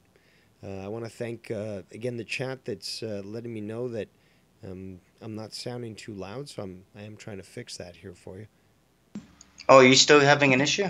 Well, people in the chat are indicating that, but maybe it's because the limitations on my mic are set so that they're not reading too close, and I've got to get closer to the mic or increase the gain. So I've tried to adjust that. Hopefully, it's fixed it. You sound really good on my end. Well, I don't know about again, it must be an OBS issue because Skype usually works differently from how it works with OBS. But hopefully, what I've done will have fixed it. But the whole purpose of tonight's episode was really just to examine how the mind has the ability to heal itself, how we don't really give it the respect that we should, because there's so much more to the mind than we consider. There's skills. Yeah, I didn't even go into chakras. Shit. Yeah, that was something else that we could have gone into. And well, we did in some ways, like with the pineal gland. Like if you look up, there's other chakras, but if you look up your main 7, chakras, the pineal gland, the third eye, that's your 6th. And the 7th would be above your head, the crown, and it starts with the first one being your root, which you would think that's the feet, but it actually is around the tailbone area. But when you sit like in a lotus position, that's precisely where your feet kind of end up. So it's interesting. If you ever get your Kundalini to rise, I can tell you that it's a magnificent experience. Or even without all that and stuff, if you just really, like I was talking earlier about like practical application, if you look up chakras and stuff, you just look at the damn colors and what they represent, and you start looking at, well, hey, that I'm having trouble with communication. Like you start realizing, like, yeah, I don't fucking speak my truth enough. I always like remain quiet, or I stifle myself. You're starting to and it's starting to piss you off. You really want to start speaking your mind.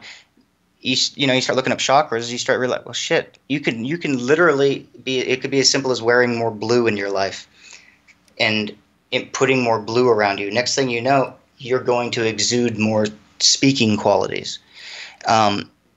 Green for the heart, red if you need to be grounded, orange if you're having trouble with like with feeling pleasure or feeling enjoyment, or creating, having trouble like writer's block or any of that shit. If you're having trouble with willpower, you just can't budge, you just can't move, you just can't do what you need to do. You know what you need to do, but you just can't do it. You're the third chakra, the solar plexus, right in the center of the core there. Very powerful area. 5th chakra, the throat, I already referenced that. The 6th, the pineal gland, the crown. Yeah, so I just did them all in different orders, but if you just look them up, they all will speak to some form of life that is very, very important to everybody. Like everybody looking at those can look at places where they maybe are better at or have trouble with, or maybe, you know what I mean? Like that's the way I look at it, is you can kind of tell where you're kind of out of alignment for the period because of maybe what's going on with you. Explain more about that to the audience, because I'm aware of that, but I'd like you to explain about blockages, especially with the chakra system. Well, I mean, they become blocked by a lot of things. I guess what you eat, frequencies around you, but really your own. For some of us, I think all of us, but a lot of us, if we don't practice clearing them, it's kind of just an inevitability they're going to get kind of gunked up. There's almost like no way to kind of prevent that. But what you do is you want to constantly keep them in check. And all that really means, you can do like chakra meditations and all that stuff. But to keep it simple and really just keep it practical, you kind of just base them on life, situations. Like, do you feel like you're having trouble with you know, it depends where it is. Like I said, voicing your opinion, then that means, I know I mentioned like wearing blue and things like that, but no, if you want to actually, that means to actually start saying shit when your fucking voice is cracking.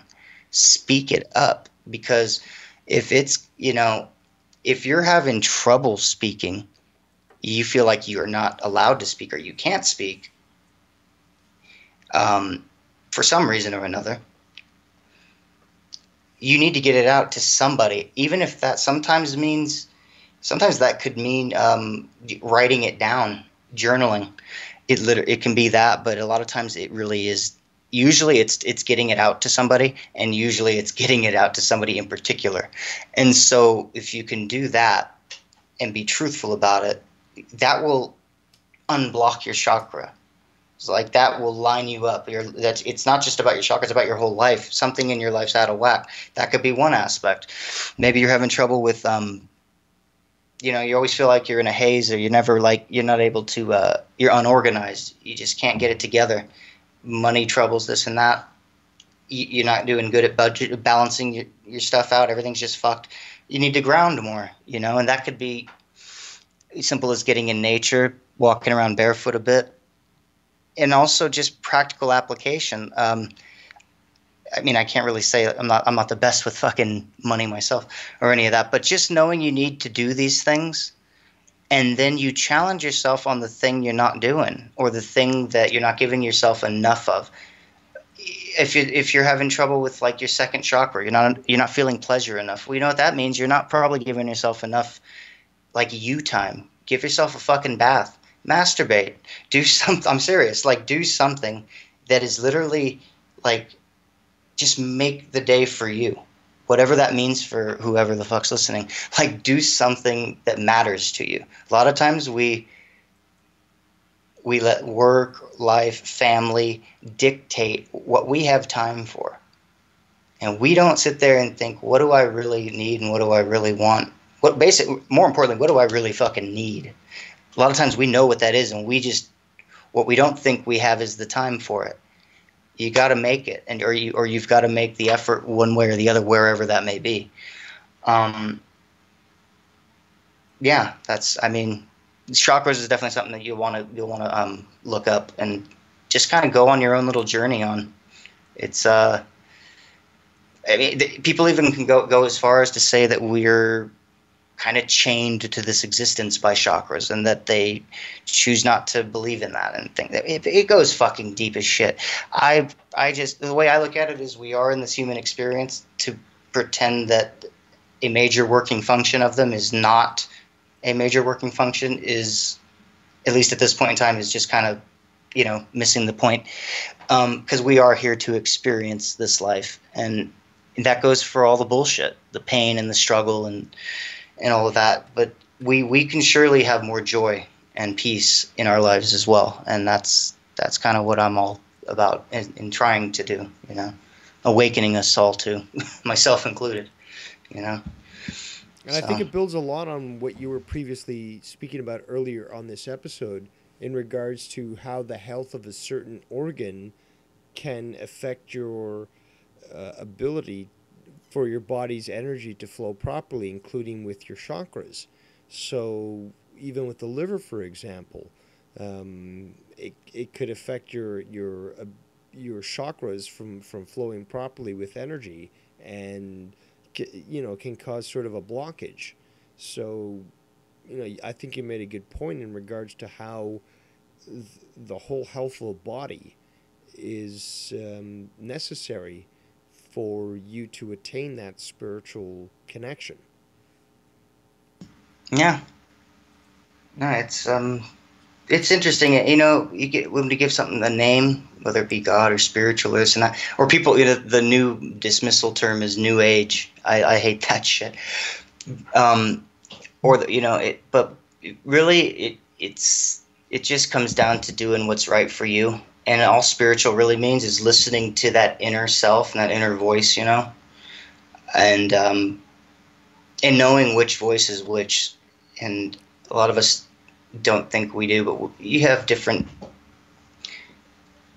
people running. You have different personalities sort of running the helm, whether we realize it or not, and knowing which one is direct source is helpful.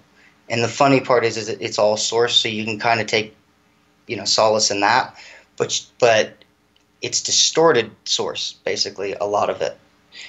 But there is one like current that you can find yourself in, and that's where you really just are sure of something in yourself.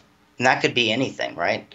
And I don't mean an egoic sense of assurity where you're sure you're the best at this or the best at that, or you made this much money or sold that many whatevers. More of just a sense of peace in yourself. Like Dave said earlier, we said earlier about kind of like nothing is needed. That's another way. It might confuse people when we were saying earlier about the whole nothingness thing. What that really kind of feels like is nothing is needed. You're content. You could have more. You've got things you'd like to do, and you're going to do them, and that'll be great. But it's not a desperate thing. Like you could not do those things as well for now, and you'd be perfectly content. And that's really that nothingness kind of thing where you just don't need anything else. You're very much at peace, and that doesn't. I don't feel like.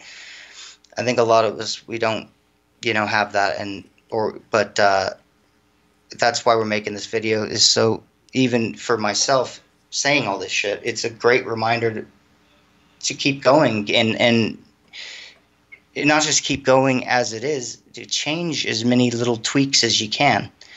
It speaks to the whole so within, so without, as above, so below, the microcosm meeting the macrocosm, meaning all the little steps you do, all the little tiny things that you do really add up, and there's going to be big things you do. It could be cutting certain things out of your diet or exercising, quitting smoking. It could be a multitude of things, right?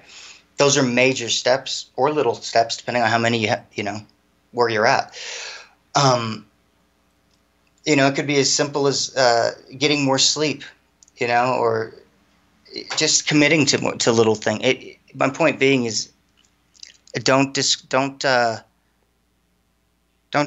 those things. Keep going. Every little thing you're doing is making something, and is creating something, and even though some of it you might not really know what's going on, a lot of it you can actually know, I'm creating this. You just got to keep with the practice of mindfulness and as I said, find a way to communicate. We're always communicating with the universe, but the thing is we're not always able to hear it correctly. Remember I said it's a lot of times it comes in distorted. Find a way to every once in a while, whether it be daily or every so often, tap into that knowingness and that wholeness that everything is and everything always was and everything always will be kind of feeling, where nothing else is needed. Find that zone. Yeah, and then whatever it carry is that with you, Just find that zone. Yeah. Oh wow, you got the chakras up there, I see. Ha! Good job. That's great. Oh, and it's even got it very simplified. Wow. Yeah, I put a few images of the chakras. That's awesome. Oops. Oh, so, yeah. Do you have anything else to add, man? No, I think we covered a lot, quite honestly. Has anybody in the chat had anything to add, or I know sometimes that can happen. No, it doesn't. Looks like a lot of people there. No current questions. If anyone wants to give us one thing I wanted to, if anyone wants to call in, that'd be awesome. I wanted to touch on what Hot Love said about if only thoughts could kill cancer cells. I actually believe that at some point that's going to be a form of treatment where you go into a room, like you would now for a procedure, and maybe everyone even has to wear special stuff because it's the certain level of sound might be either too much to hear, or maybe we can't even hear it at all. And they'll be pinpointing tumor cells and things. I totally believe that'll at some point be a thing. Probably cost $1 million. But yeah, I just wanted to touch on that because I not only do I think we can do that ourselves, I actually do believe that that's going to be part of the medical field at some point. It's already happening on the Eastern front, like not in Western medicine. Maybe it is somewhere, actually. I don't want to say it's not. But it's already happening underground, you could say. People like myself and other people, and especially people that are holding ceremonies or that even have worked with doctors and stuff to find out which frequencies work best for certain things. It is happening. But on the level I'm speaking of is on a level where the Western meets the Eastern, basically, and everybody kind of comes together, so we could use the best technology with pretty much very ancient knowledge and have a merger of just everything. I'm hoping that's where everything goes eventually, Well, hopefully we will get back to the point where healing is more of a priority than keeping a customer. So yeah, absolutely. Hoping that we do go in that direction, and there's a lot of evidence that proves that there is the ability to heal utilizing the mind, and even something as simple as prayer is essentially, at its basis, the concentration of thought. And as we spoke earlier, thought is essentially energy, and that energy focused can be manifested. And when you get enough people focusing on that energy, you do get amazing results. And it's been proven. It's been scientifically proven that people halfway around the world can provide a prayer group and pray for someone's well-being, and they actually are cured of an ailment. This has already been proven, and that's the power of the mind. This is something that has been purposely sort of buried because of the limitless ability that we would acquire if we realized how powerful our minds truly are when it comes to our bodies. And when we can finally jump over that hurdle and we can realize how limitless thought really is, I don't think there's any limit that we're going to have in regards to what we can encounter in the universe. No, yes. Absolutely, and like what speaks right to that is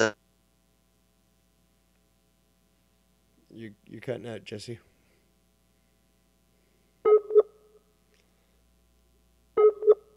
Looks like Jesse might be having internet problems.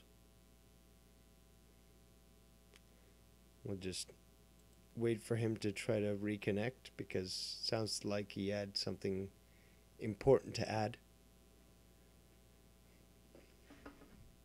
From sounds. Hold on, Jesse. As soon as you started getting to it disconnected you. Sort of like there was a Skype problem. So if you could start over as soon as you told me, hold on, then Oh, okay, yeah. So the Chalice in here said in the chat said, elaborate on physical pain and the water thought effect or other techniques. And I was asking him if the water thought effect he's talking about is when water crystallizes based on thoughts or on sounds, if that's what he's talking about, because it's very interesting that what water does, and it's just based on frequency, but you can literally test this. I know a guy in LA out here who tests water constantly with everything from 1 hertz up to thousands of of hertz, and he literally just watches the kind of shapes the water makes and shit. And anyway, the kind of things that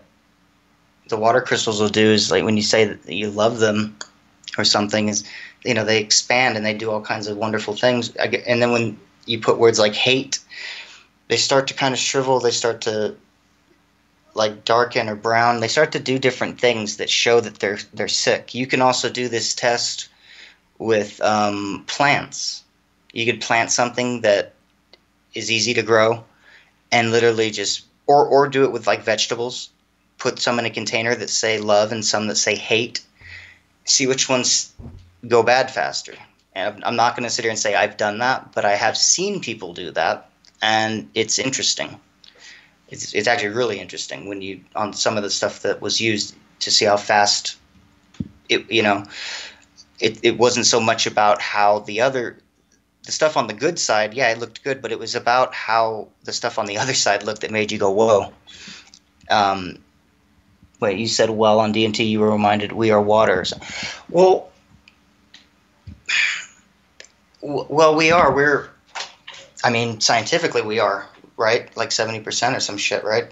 But that's not even, my whole point is we're like 100% flow, and you can call it energy. And when people think of energy, they more think of like electricity in a sense, I guess. But it's more than that. It's more of a wavy. It's a wavy deal, and that's more like water. It's more Well, what aspect are you talking? Like, for me, it was doing that to remind me that, I can. It's almost more of a mental thing than anything, because I don't feel very much like water. I don't feel very flexible. I have way limited movability to most people, so it's not so much to tell me that I'm actually physically able to do these things, as it's more of to let me know that my mindset is unlimited. My like Dave said, the power of the mind, but it does speak to the physical too. It's telling me that if I were to tell my body all the time that it's doing well, and that it's not just doing well, it's doing really well. I mean, it's feeling good, and I just kept that up all the time and without fail, right? Even though I'm in pain and shit.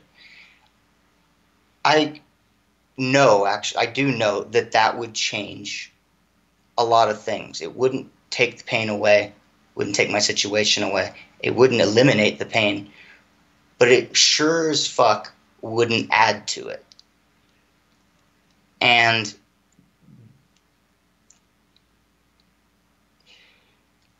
what that was telling me on DMT is to basically, not that I'm going to be able to just go, oh, everything's feeling great, everything's great all the time, but it's to remind myself that I have a choice, I have an option to focus differently. And not just that, but I can choose to do something about it if there is something to do.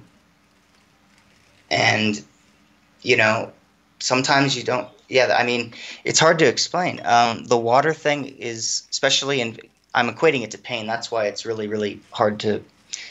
But I think with a lot of people, it's the same game. Even if you're physically abled and you don't have any pain in your life, really, you are at the same game of, can I do this? Can I do that? Or am I only able to do this? Is this all my life is? And you have the option, whether you know it or not, to be very liquid about it and say, well, shit, I can do a lot of things.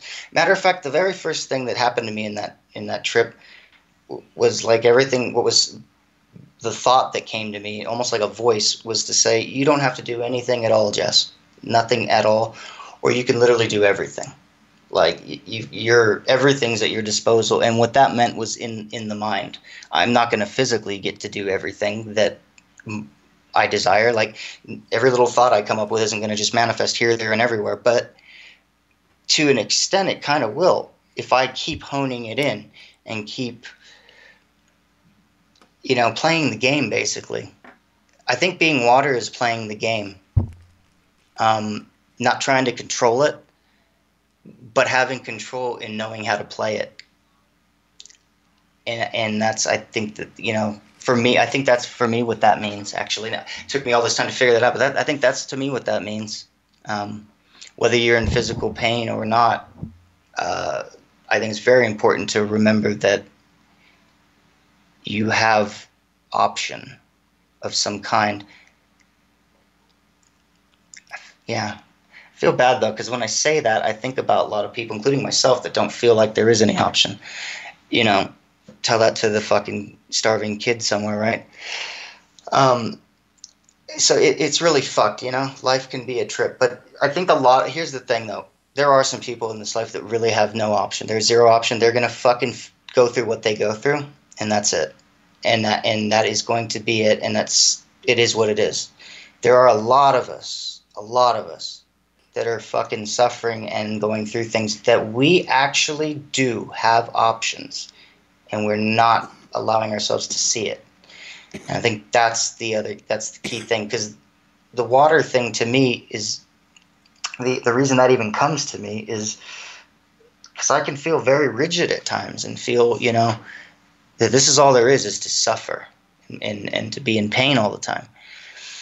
And I think a lot of us do that as well in some form or another, or get stuck in a way of this is all there is. You get bored. Either you suffer or you're bored. One way or the other, it sucks. So to be able to think a little differently about it, you know, that's why it comes to me. I need to be able to move and be able to think about how to I was going to say attack, but that's even the wrong way to put it, but how to approach my situation and my pain in my life as it changes constantly. It doesn't get better. It actually gets worse, but it's an ever-changing thing, how it feels and where it goes and what it does. So I have to be very fluid, and I can't say that I'm always that way, but I do my best. So like that's the thing, man. You just got to do your best with whatever you're dealt with. You know, you're probably not going to just snap your fingers and because you all of a sudden, you know, realize you have some power of your mind that you can all of a sudden change everything and it's just going to be hunky-dory now. It's just not going to, it doesn't work that way. But you certainly, you know, can just fucking 180 your whole life, though. You really can in some way. And I'm going to say in some ways, plural. But you do have to start with the hand you're dealt. It's almost like saying you can win this hand of poker, but you are going to be dealt the shittiest hand at the table. But you know, you just got to be really good at either. You can even be good at bluffing. This life doesn't really care, and I don't mean that in a negative way where you're like inauthentic or fake. I mean, it's really just a way to put it. You do what you got to do to get where you're going, you know, and try and stay within your integrity and in your truth. And you know, dance all over this fucking thing because it's gonna try and eat you alive, you know. So. And it's going to try and step on your toes while we're dancing, you know? And you just got to fucking twirl that bitch around, fucking, you know, show life that you got a few moves up your sleeve. And it will respond, you know, it will respond to you. And that's the best way I can put it. Look at the graphic that I'm currently displaying. I don't pretend to be like everyone else. I don't want to be like everyone else, and I will not change who I am just to fit in. Yes. Precisely. A lot of times our uniqueness can be shrouded in, I'll just say for myself, a lot of who I am, a lot of what people love about me, they'd never know is just all surrounded in suffering and pain. You know, people don't realize that the same part of me that makes them laugh or happy is the same part that makes me, you know, want to die. Basically, it's a fucking sadistic thing sometimes, life, but it's also a beautiful thing. You know, hold on. So yeah, let me stop you there. We've got the Barracuda in the chat, and it looks like he has some points to say. So I want to give him the opportunity for his voice to be heard here. So he says. This comment I'm not too sure about, but the next one I'll read out as well. Yeah. Like you can be thankful to be alive, but you despise this life. The next comment says, but you don't look at how others have it. I have a job and my own place, and I'm starting to realize life is what I make of it. I been through some shit and I got myself into a better position. I agree with this image. But that's the thing. Oh yeah, Neither I nor Jesse is sort of disagreeing with that. In fact, we sort I of agree with spoke that. about Yeah. that like in previous episodes, where it's like your reality, sorry, your thoughts manifest into a reality. So if you see yourself as a victim, you're always going to be a victim. But like you, for example, you don't see yourself as a victim. You basically say, I'm going to get myself a better position. I'm going to make better for myself. And what happens? You manifest that into reality. I started speaking about that when we first started this episode, where it's about creative visualization, where you visualize the end goal that you have in mind, and you keep hammering that into your psyche, into your subconscious, and you will be able to manifest that into reality clearly as you have done. Jesse. Yeah, no, I agree. And I also agree with, it's bittersweet on my end, but because, pain, though, is, as he said here, pain is the only way I know to grow as a human. And that is, I think. That's a strong statement, but it's no, a, and it's true. I actually, that's exactly what I was saying earlier when I said life's going to give you a way to shake it up. And I meant that by saying life's going to put you in a level of, it's either going to be pain. It's going to be a level of pain usually, because pain is growth. And even if all life's really giving you is a little bit of a test, and you're not necessarily in pain, you're going to be in struggle. You're going to be, feeling like you're being ripped alive somewhere inside. Even if all you're doing is just changing your perception on something really, really, delicate in your life. Pain is an amazing growth motivator, and it's a motivator for a lot of good things.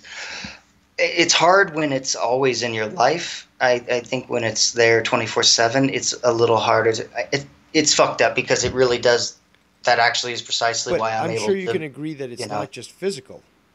Oh God, yeah, that's my point too. That's my point with what I was saying a minute ago, is that however life comes at you, it's going to put you in some level of struggle, to the point where you're going to be in some level of pain, whatever that may mean to you. It could just be a struggle in your mind, a struggle in your emotion. It could be something as small, somebody leaves you, or you fucking lose your job, or somebody fucking dies. It could be a whole load of shit. It could be something minimal, like maybe, it's still a major thing, but let's say somebody just started finding out, or just started realizing that the religion that they've believed in for so long, they just started not dealing with it so well. They don't really jive with it, and that's shaking them to the core. Something like that, like something that's just a challenge to you. That's going to put you in some level of pain and some level of struggle within yourself. And to be in struggle within yourself is one of the most painful things ever, I feel. Even with all the physical pain. I mean, I think that one of the worst pains in the world anyone can ever be in is to basically be at war with yourself in some fashion.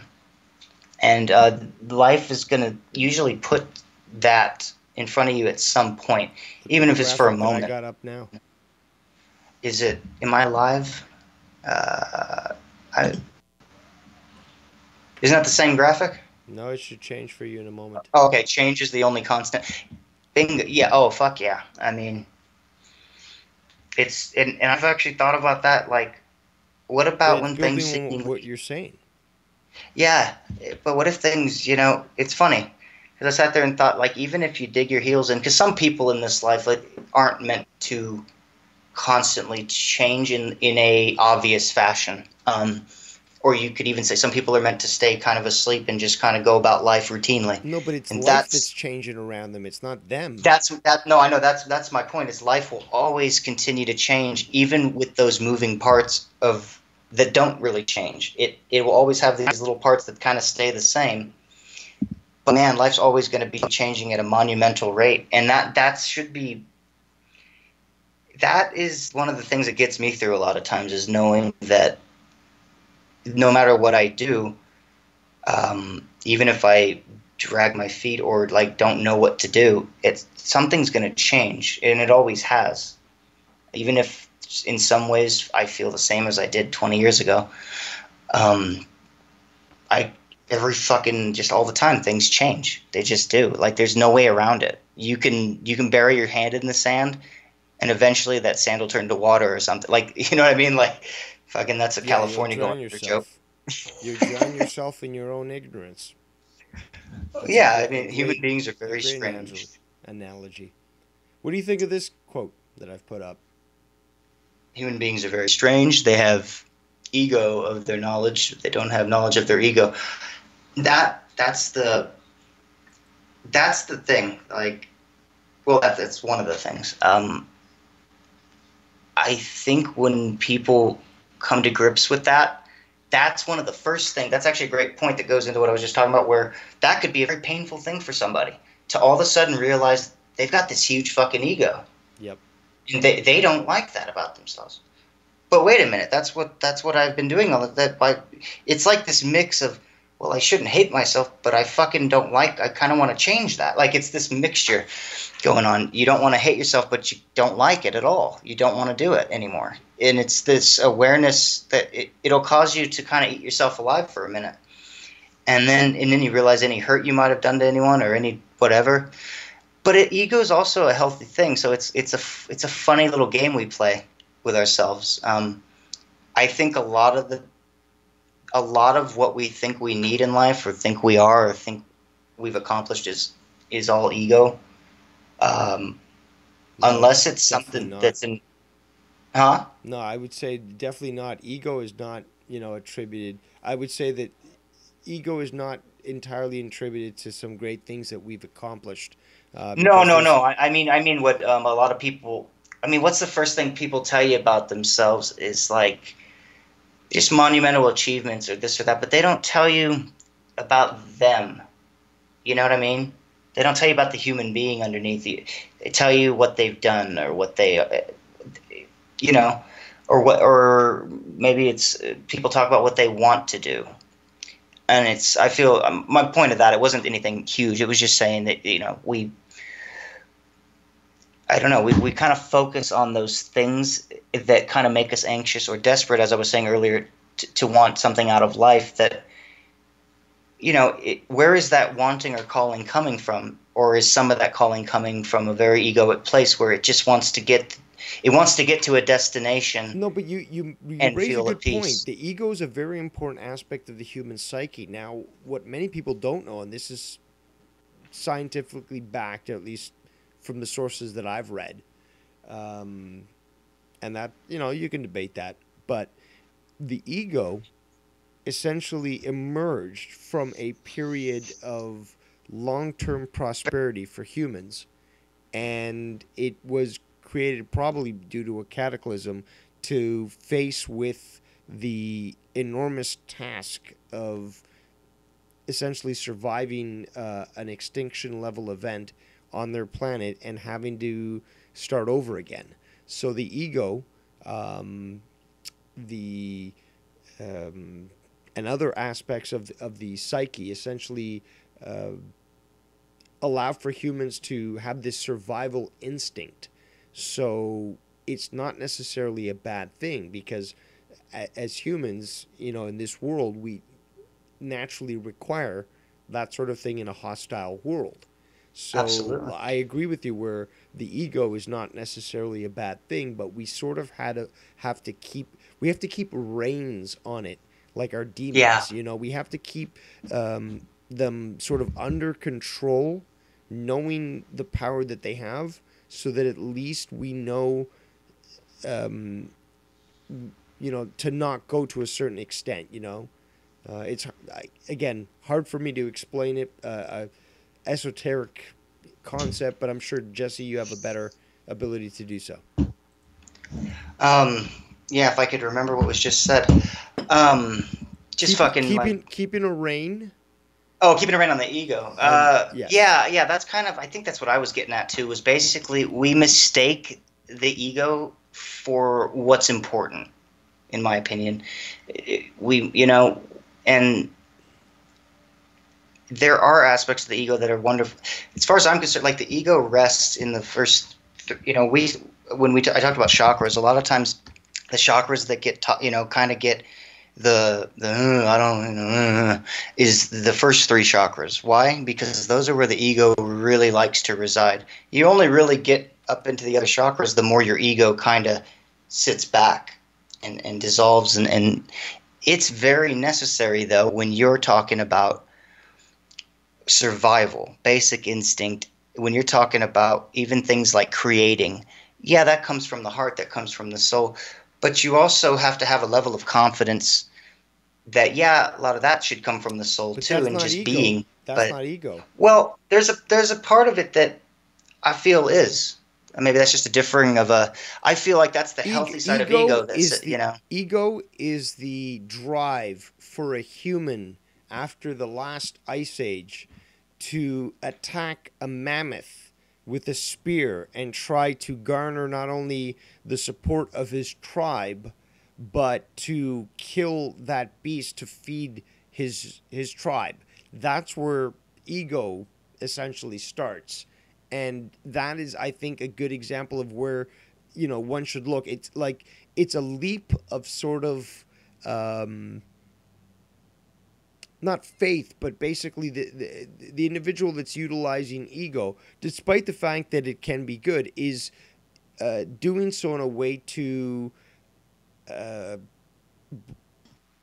sort of bring attention to themselves and sort of highlight their abilities. Right or wrong, that's a different issue. But ego is sort of like that drive to go that extra mile, to sort of like prove the alpha in the being. And that's the that like in it at its basis. If we really want to go like crazy here, at its basis, not crazy, but I should say scientific, it is the drive for survival. That is what a being, especially if we look at our roots, at our primitive roots. Well, yeah. That we want to survive, and we're going to take that extra step to ensure that not only we have the ability to claim, for example, a leadership position in a tribe, but we also have the pick of our women to breed and spread our seed. And that's where that starts from. That's where the ego comes from. The ego was created after the fall of the Golden Age. If we're really going to go deep into the well, I'm not denying any of that. I'm just saying that I feel that there's healthy aspects to it. No, absolutely. To the ego but that's the thing. What I'm saying is that there's nothing wrong with every single aspect that I just described with the ego. Yeah. It's basically the urge to survive. What's more positive than that? The individual that is able to control their ego but utilize it to their advantage, essentially allows themselves to survive into into the future. Yes, and while you're talking about that, I'm sitting there thinking, well, that's properly. No, you are. What that says to me is, see, it's funny because what you see a lot of ego in people that are actually quite successful, and it's due to insecurity rather than confidence. Yes. And so they have to overboast with some level of ego, even though they've clearly done a lot. They're successful. They're doing well. Doesn't seem that way to them. They're and they've got to keep going. And so for me, the healthy side of ego would be more of like the confidence aspect, where you're kind of, maybe you're second guessing something, but you just, you kind of go, you can say it's a trust thing, but I know I've had my moments where I just get extra fucking sure of myself about something, and I just know I know it. But that's and the thing, just, though. Like it's one of those innate. It's one of those innate things in human beings that they utilize, and they realize that that's something that they need to initiate. So it's. I'm struggling for words here because it's hard to sort of conceptualize what I'm trying to convey. But the ego's desperate. That's the way I look at it. You're making a good point because. Unfortunately, words have a lot of power. So when you think ego, that's negative. You're conceited, you're, self-centered and so forth. But you said a great point. There's positive, healthy aspects of the ego. And that's, and you, are very aware of the spiritual aspect. Me, obsessed with anthropology and prehistory and stuff, and statistics can easily speak to the fact that ego allowed for humanity to survive the last cataclysm and was able to go on and, create where we are today. So combine that all together. When you combine the spiritual and the factual aspects all together, knowing what the ego can do, look, when somebody, again, uses the power of the mind to focus themselves, they can utilize ego, which is a part of the psyche, to do great things. No, I mean, absolutely. That's kind of my point, because here's the way, like, my experience has gone, and it kind of harkens back to chakras a little bit. Whenever you really get challenged in life, and you go from everything, I'm not going to say it's hunky-dory, but, you've got a handle on life, it's going along, and then, bam, something fucking happens that just, you are fucking just knocked to your knees. You get scared, you don't know what's, you just don't know anymore what life is, like, if you're going to be able to handle it, right? That goes through the basic survival areas, and then you have to, a lot of times we go into we can sink into a depression. We have to learn to feel again, chakra number 2, learn how to, shake ourselves of the apathy. Then you have to get into this center of the solar plexus where you have to be sure of yourself, and in some cases, you're still knocking down trees that are, of fucking, what's the opposite? You're down on yourself. You're insecure. That was the word. You're trying to knock down these trees of insecurity still, and there's just tons of them. But you've got to put forth this monumental effort of, or showing of willpower. And I'll be damned if every time that doesn't happen. I know a lot of it has to do with heart and soul, but I know my ego's involved because I have to get pissed first. I have to get sad. I have to get pissed. And that anger in me, or resentment, or, it gets taken all those places. And then somehow or another, I do something about it. And I get taken upward through love and through life getting a little bit better. I start feeling like, okay, I think I'm starting to get the rhythm down again of where life is going, and then until the next time it fucking trips me up, My point being is without, I feel like you can't really, at least in this current way of life, the way things are now, it's very hard to get to the heart and soul without going through the ego.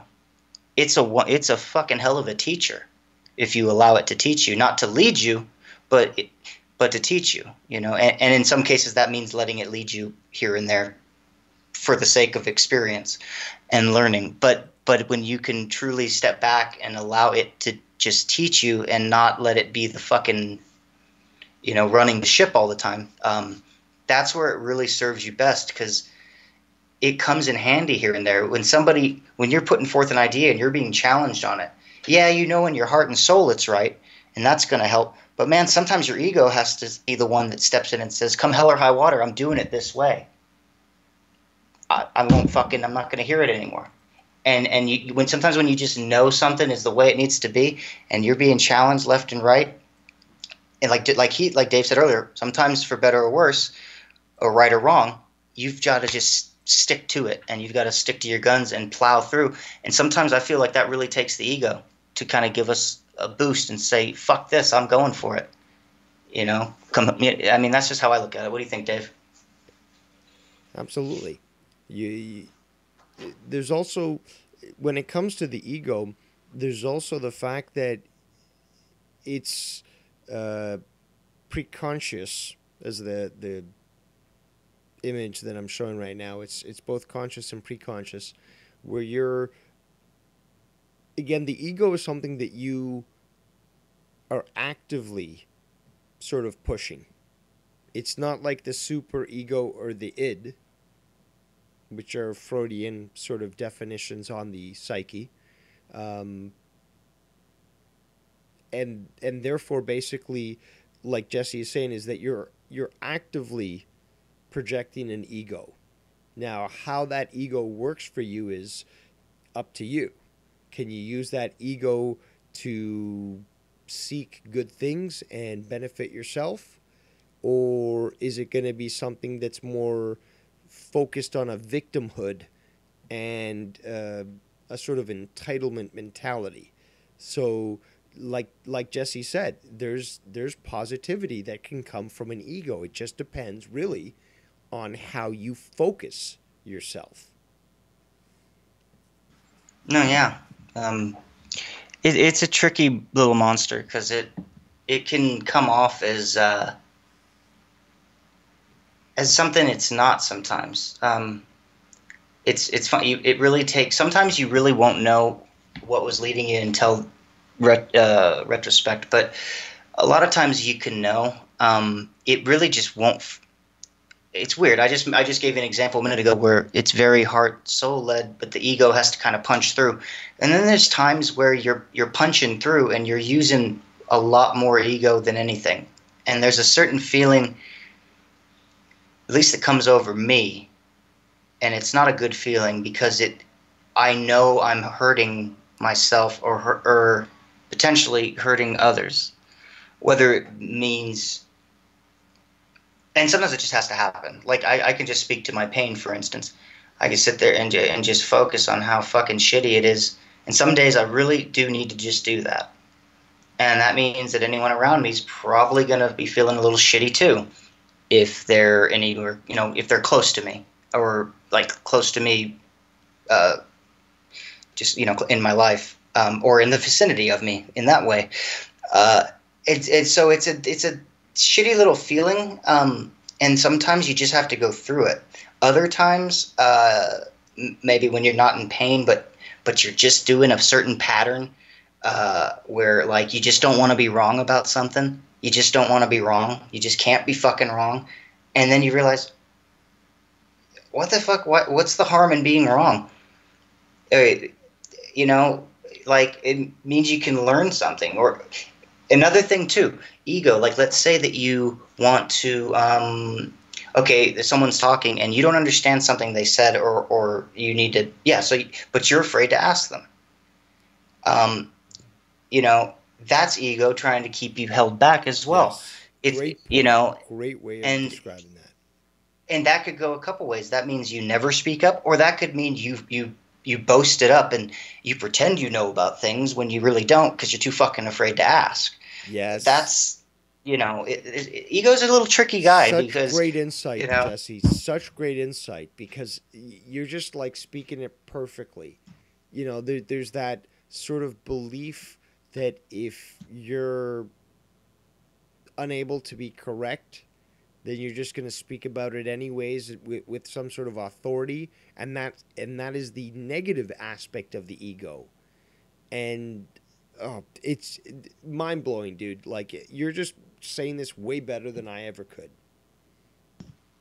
Well, that's that's fine. I mean, I appreciate that. I feel like, though, without you being here, I wouldn't even be doing it. Or it takes the two of us. That's one thing I've learned. It definitely is a two-way street. We both bring immense value to this whole thing. I'm just more long-winded. Are you kidding me? Have you heard me filibuster? I mean, I could probably, like, pull it even better than Jimmy. What's his name? That actor, Jim. He did the embarrassing myself on my own stream. That's fine. Jimmy Woods, I think. Wait, who are we talking about? An actor that did a movie where, like, he was a politician where he filibustered, which is basically a politician's way of, like, going on for hours on end without being interrupted and sort of, like, trying to hijack the conversation. Yeah. There's a whole movie about that? Oh, yeah. Oh, jeez. You talking about, like, James Patterson or somebody? I've been... I don't even know if that... I probably just said someone I don't even know. I've been smoking some cannabis and drinking some beer tonight, so you got to forgive me on my ignorance. Well, they say that actually gets me on an interesting... Here we go. This is perfect. There we go. Jimmy Stewart. Oh, Jimmy Stewart. But like what you just said about beer and weed, it's interesting because, like, you can look at the ego through, like, a spiritual teacher, for instance. Some people appear egoless, right? But what I mean, and they baffle me a little bit, and I love to kind of poke and prod those people to kind of to get the ego to come out a little, because, or just to get, I like to see the whole spectrum of people. Just like if somebody's like all ego, I want to see their spirit side, just how it is. You're but anyway, devious Dave Rose here. Yeah, well, there's people that like, or Alan Watts said it best. Like he said, people trip out if they like go to like a guru or something, and they find out like he smokes or he drinks, or he does drugs or whatever. You can't. The thing that a lot of the deepest of spiritual teachers and the best of them have been able to do is to show two things: is that we are here on a human journey, and the ego is part of that, and they've also shown us to transcend the ego and just transcend as many things as you can, really, into love and peace and all that good stuff. But the ones I love the most are the ones that you can see the ego all over them. They are totally in this human experience. They don't seem separate from us in any way. They just, they could be you or me or anybody. But they've just got this it factor to them in a way. Like, that's the kind of people, I think that's why people gravitate to me. And I definitely gravitate to people like that. Here and there, I do definitely gravitate to people that are just on this other level of, they're on like unicorn acid all the time, or whatever, sunshines and rainbow shit. And then, that's fine. But I really, really dig it when people are like, they really show all sides of themselves, because I don't know what got me on that. Was the ego. What? Oh, sorry. Was it? Well, no. Go ahead. True definition of what? No, go ahead. Oh, I was saying that as regards to the ego, is that a lot of times it can look separate. Ego spirit or ego heart, or Yes. like they're all separate. And the truth is it's all one big experience. Well, it's all merged together. I'm showing. Yeah. And so is the ID, is that like what our identify, how we identify? It's the id. It's a unconscious sort of effect from basically the psyche. The psyche is the entire iceberg. Yeah. The id is basically almost entirely unconscious, and the ego, is sort of like conscious, between conscious and pre-consciousness, and most of the super ego is sort of unconscious. It's three different aspects of, and these three aspects actually dictate our dreams. When we have dreams, these things are working together to sort of teach us a lesson, to try to give us information. Dude, that resonated with me big time when you said that. Tell us more. Well, I wanted to let you finish explaining it, but just the fact that when I dream, I know everyone's dreams are way different, but when I dream, all it really ever is to me is kind of what you just said. It's always just some kind of fucking lesson of some kind. It's my psyche screwing with me in a way that I then can look at and go, oh shit, that's what happens in my waking life in some way. Or, it can feel really screwed up, but I do feel like it's like, the ego and everything just playing every note. It knows that it knows where to poke, it knows where to prod, it knows where to pinch. It just knows every little fucking spot to get at your, for me, to get at what scares me most. Well, let me address what you were just asking about in regards to the id, the ego, and the super ego. So let me break it down for everyone that's listening. So the id is essentially just basic instincts. Okay? These are subconscious. These are basically our... the lizard brain. Exactly. It's our genetic base. This is how we're going to react instinctually. Now, the ego is reality. Okay? So this particular image sort of shows that there's aspects of this reality that are sort of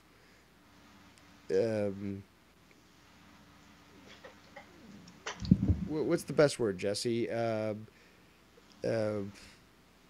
Diminished, not fully clear. No, I think that, yeah, I think diminished is good, or distorted, yeah. There we go. That's the word I was looking for. Distorted. Okay, so the ego itself is basically reality, and as we just spoke about, when you do utilize your ego, you are dealing with reality. You've got to realize what it is that you're trying to convey. So ego is reality, but it can be somewhat distorted, somewhat diluted by the waters. If the waters of ignorance, I think, would be the best way to describe that. Now, the last point is the superego. This is basically morality. Okay, so this is basically what defines an individual's sort of definition of what's right and wrong. And it sort of incorporates values and morals of whatever society they're part of, and which are learned, specifically from their parents, for example, which is instilled in them at a young age. And it helps them basically function to control the id's impulses, okay? And especially those that society tries to label in a certain way. There's so much more that I could describe. I don't want to bore people, but the definition... I'm already I already kind of get it. Holy fuck. But that's the great thing, is that you don't have to go into deep detail about this, because once you identify what each aspect of that iceberg means in regards to the total psyche of a human, you understand where certain aspects are coming from. And the greatest thing, I think, in my opinion, is when you realize where your weaknesses are, so that you can then improve those and not be weak in those areas anymore. So when you understand how psychology works specifically, I think it really helps you. You don't necessarily need to pay $100 an hour to some guy in a chair to give you insight into your own psychic being. All you really have to do is just look into yourself, but also be open to understanding, how to identify these aspects of your psyche. Yeah, you know what because I notice with the stuff that I do. I'm not a psychiatrist, I'm not a psychologist, and I have no degrees, and I'm no doctor, but people have definitely sat with me, and all that's really happened, there's a reason I called it, mirror sessions, was because all it really was them figuring out their own shit. I just asked the right question, or got them to ask the right questions, said the right thing to get their mind traveling down a particular way. But you know what it really took? It really took them being open. If they weren't open for one reason or another to whatever I said and whatever, they couldn't have gone down those pathways in their mind. Maybe they did need an outside source. Sometimes we do need an outside source to talk to or to take us to, but you can do it yourself so fucking easily if you really have to call, no bullshit. You can't have any bullshit with yourself. That's the key, because if you've got to be able to ask and answer yourself very truthfully, and that's going to hurt and it's going to sting.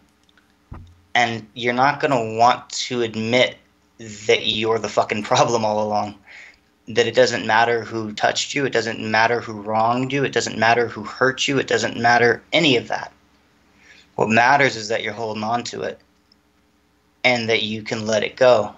And you've been running the show the whole time. Unless someone's, beating you daily and keeping you down physically in a fucking, cellar somewhere, you've got some form of willpower to, to change things, but also to just sit there and analyze things differently.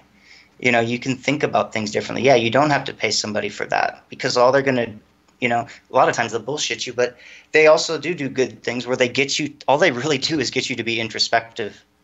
And if you can just do that for yourself, basically when you did do something out of ego, or when you started a fight with your mom or your girlfriend or your brother because you didn't want to be wrong or something, right? And it started a big old fucking thing.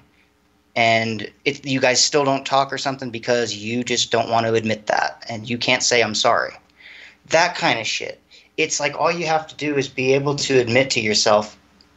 At that point, it's not about those people. It's literally, you can't even admit it to yourself that you were wrong. Or that, you know what I mean? It's that kind of simple shit that you just sit there and go, wow, that's the part I played. That's the part they played. That's the part they played. We all had a part in it. You take it from, hey, it was my fault, or hey, it was then you start to realize it's nobody's fault, and we're all just playing parts. And that's like, to me, just a simple way to look at it. It's like something happens in everybody's daily life that gives you a chance to observe these aspects of yourself. So just take the opportunities given. Absolutely. And what do you think of this graphic I just put up on the screen here? The mirror one? Yep. Did you comment on this before? Mirror. Did you speak about this? No. I saw it earlier though, and I thought it was funny because it's just the whole mirror thing. But that's my whole thing. Like, exactly. I think I'm fairly good tonight with the graphics. Yeah. Every time you keep nailing them. Dude. Exactly. So again, your thoughts. That's basically it. Remember, I actually just said that even if other people were involved, significant other, mom, dad, a brother, sister, even a child, it doesn't matter. At the end of the day, it's you have to be truthful with. If you can't be 100% truthful with yourself, with the gritty, nasty shit, you'll never be able to do so with other people. It's the same thing as, like, let's say you're really good at something, but you don't think you are. And other people tell you that you are, you'll never believe them. Other people tell you that you suck, you're going to believe that, right? But none of it really matters.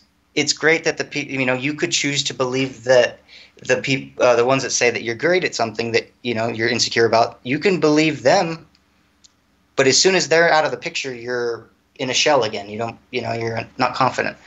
It can go all those different ways. But the truth of the matter is, the only thing that really matters is who's in the mirror. Like, you have to be able to stand confident in yourself. But I'm not going to sit here. But it's very truthful, though, that sometimes, and a lot of times, we do need help of someone else to kind of.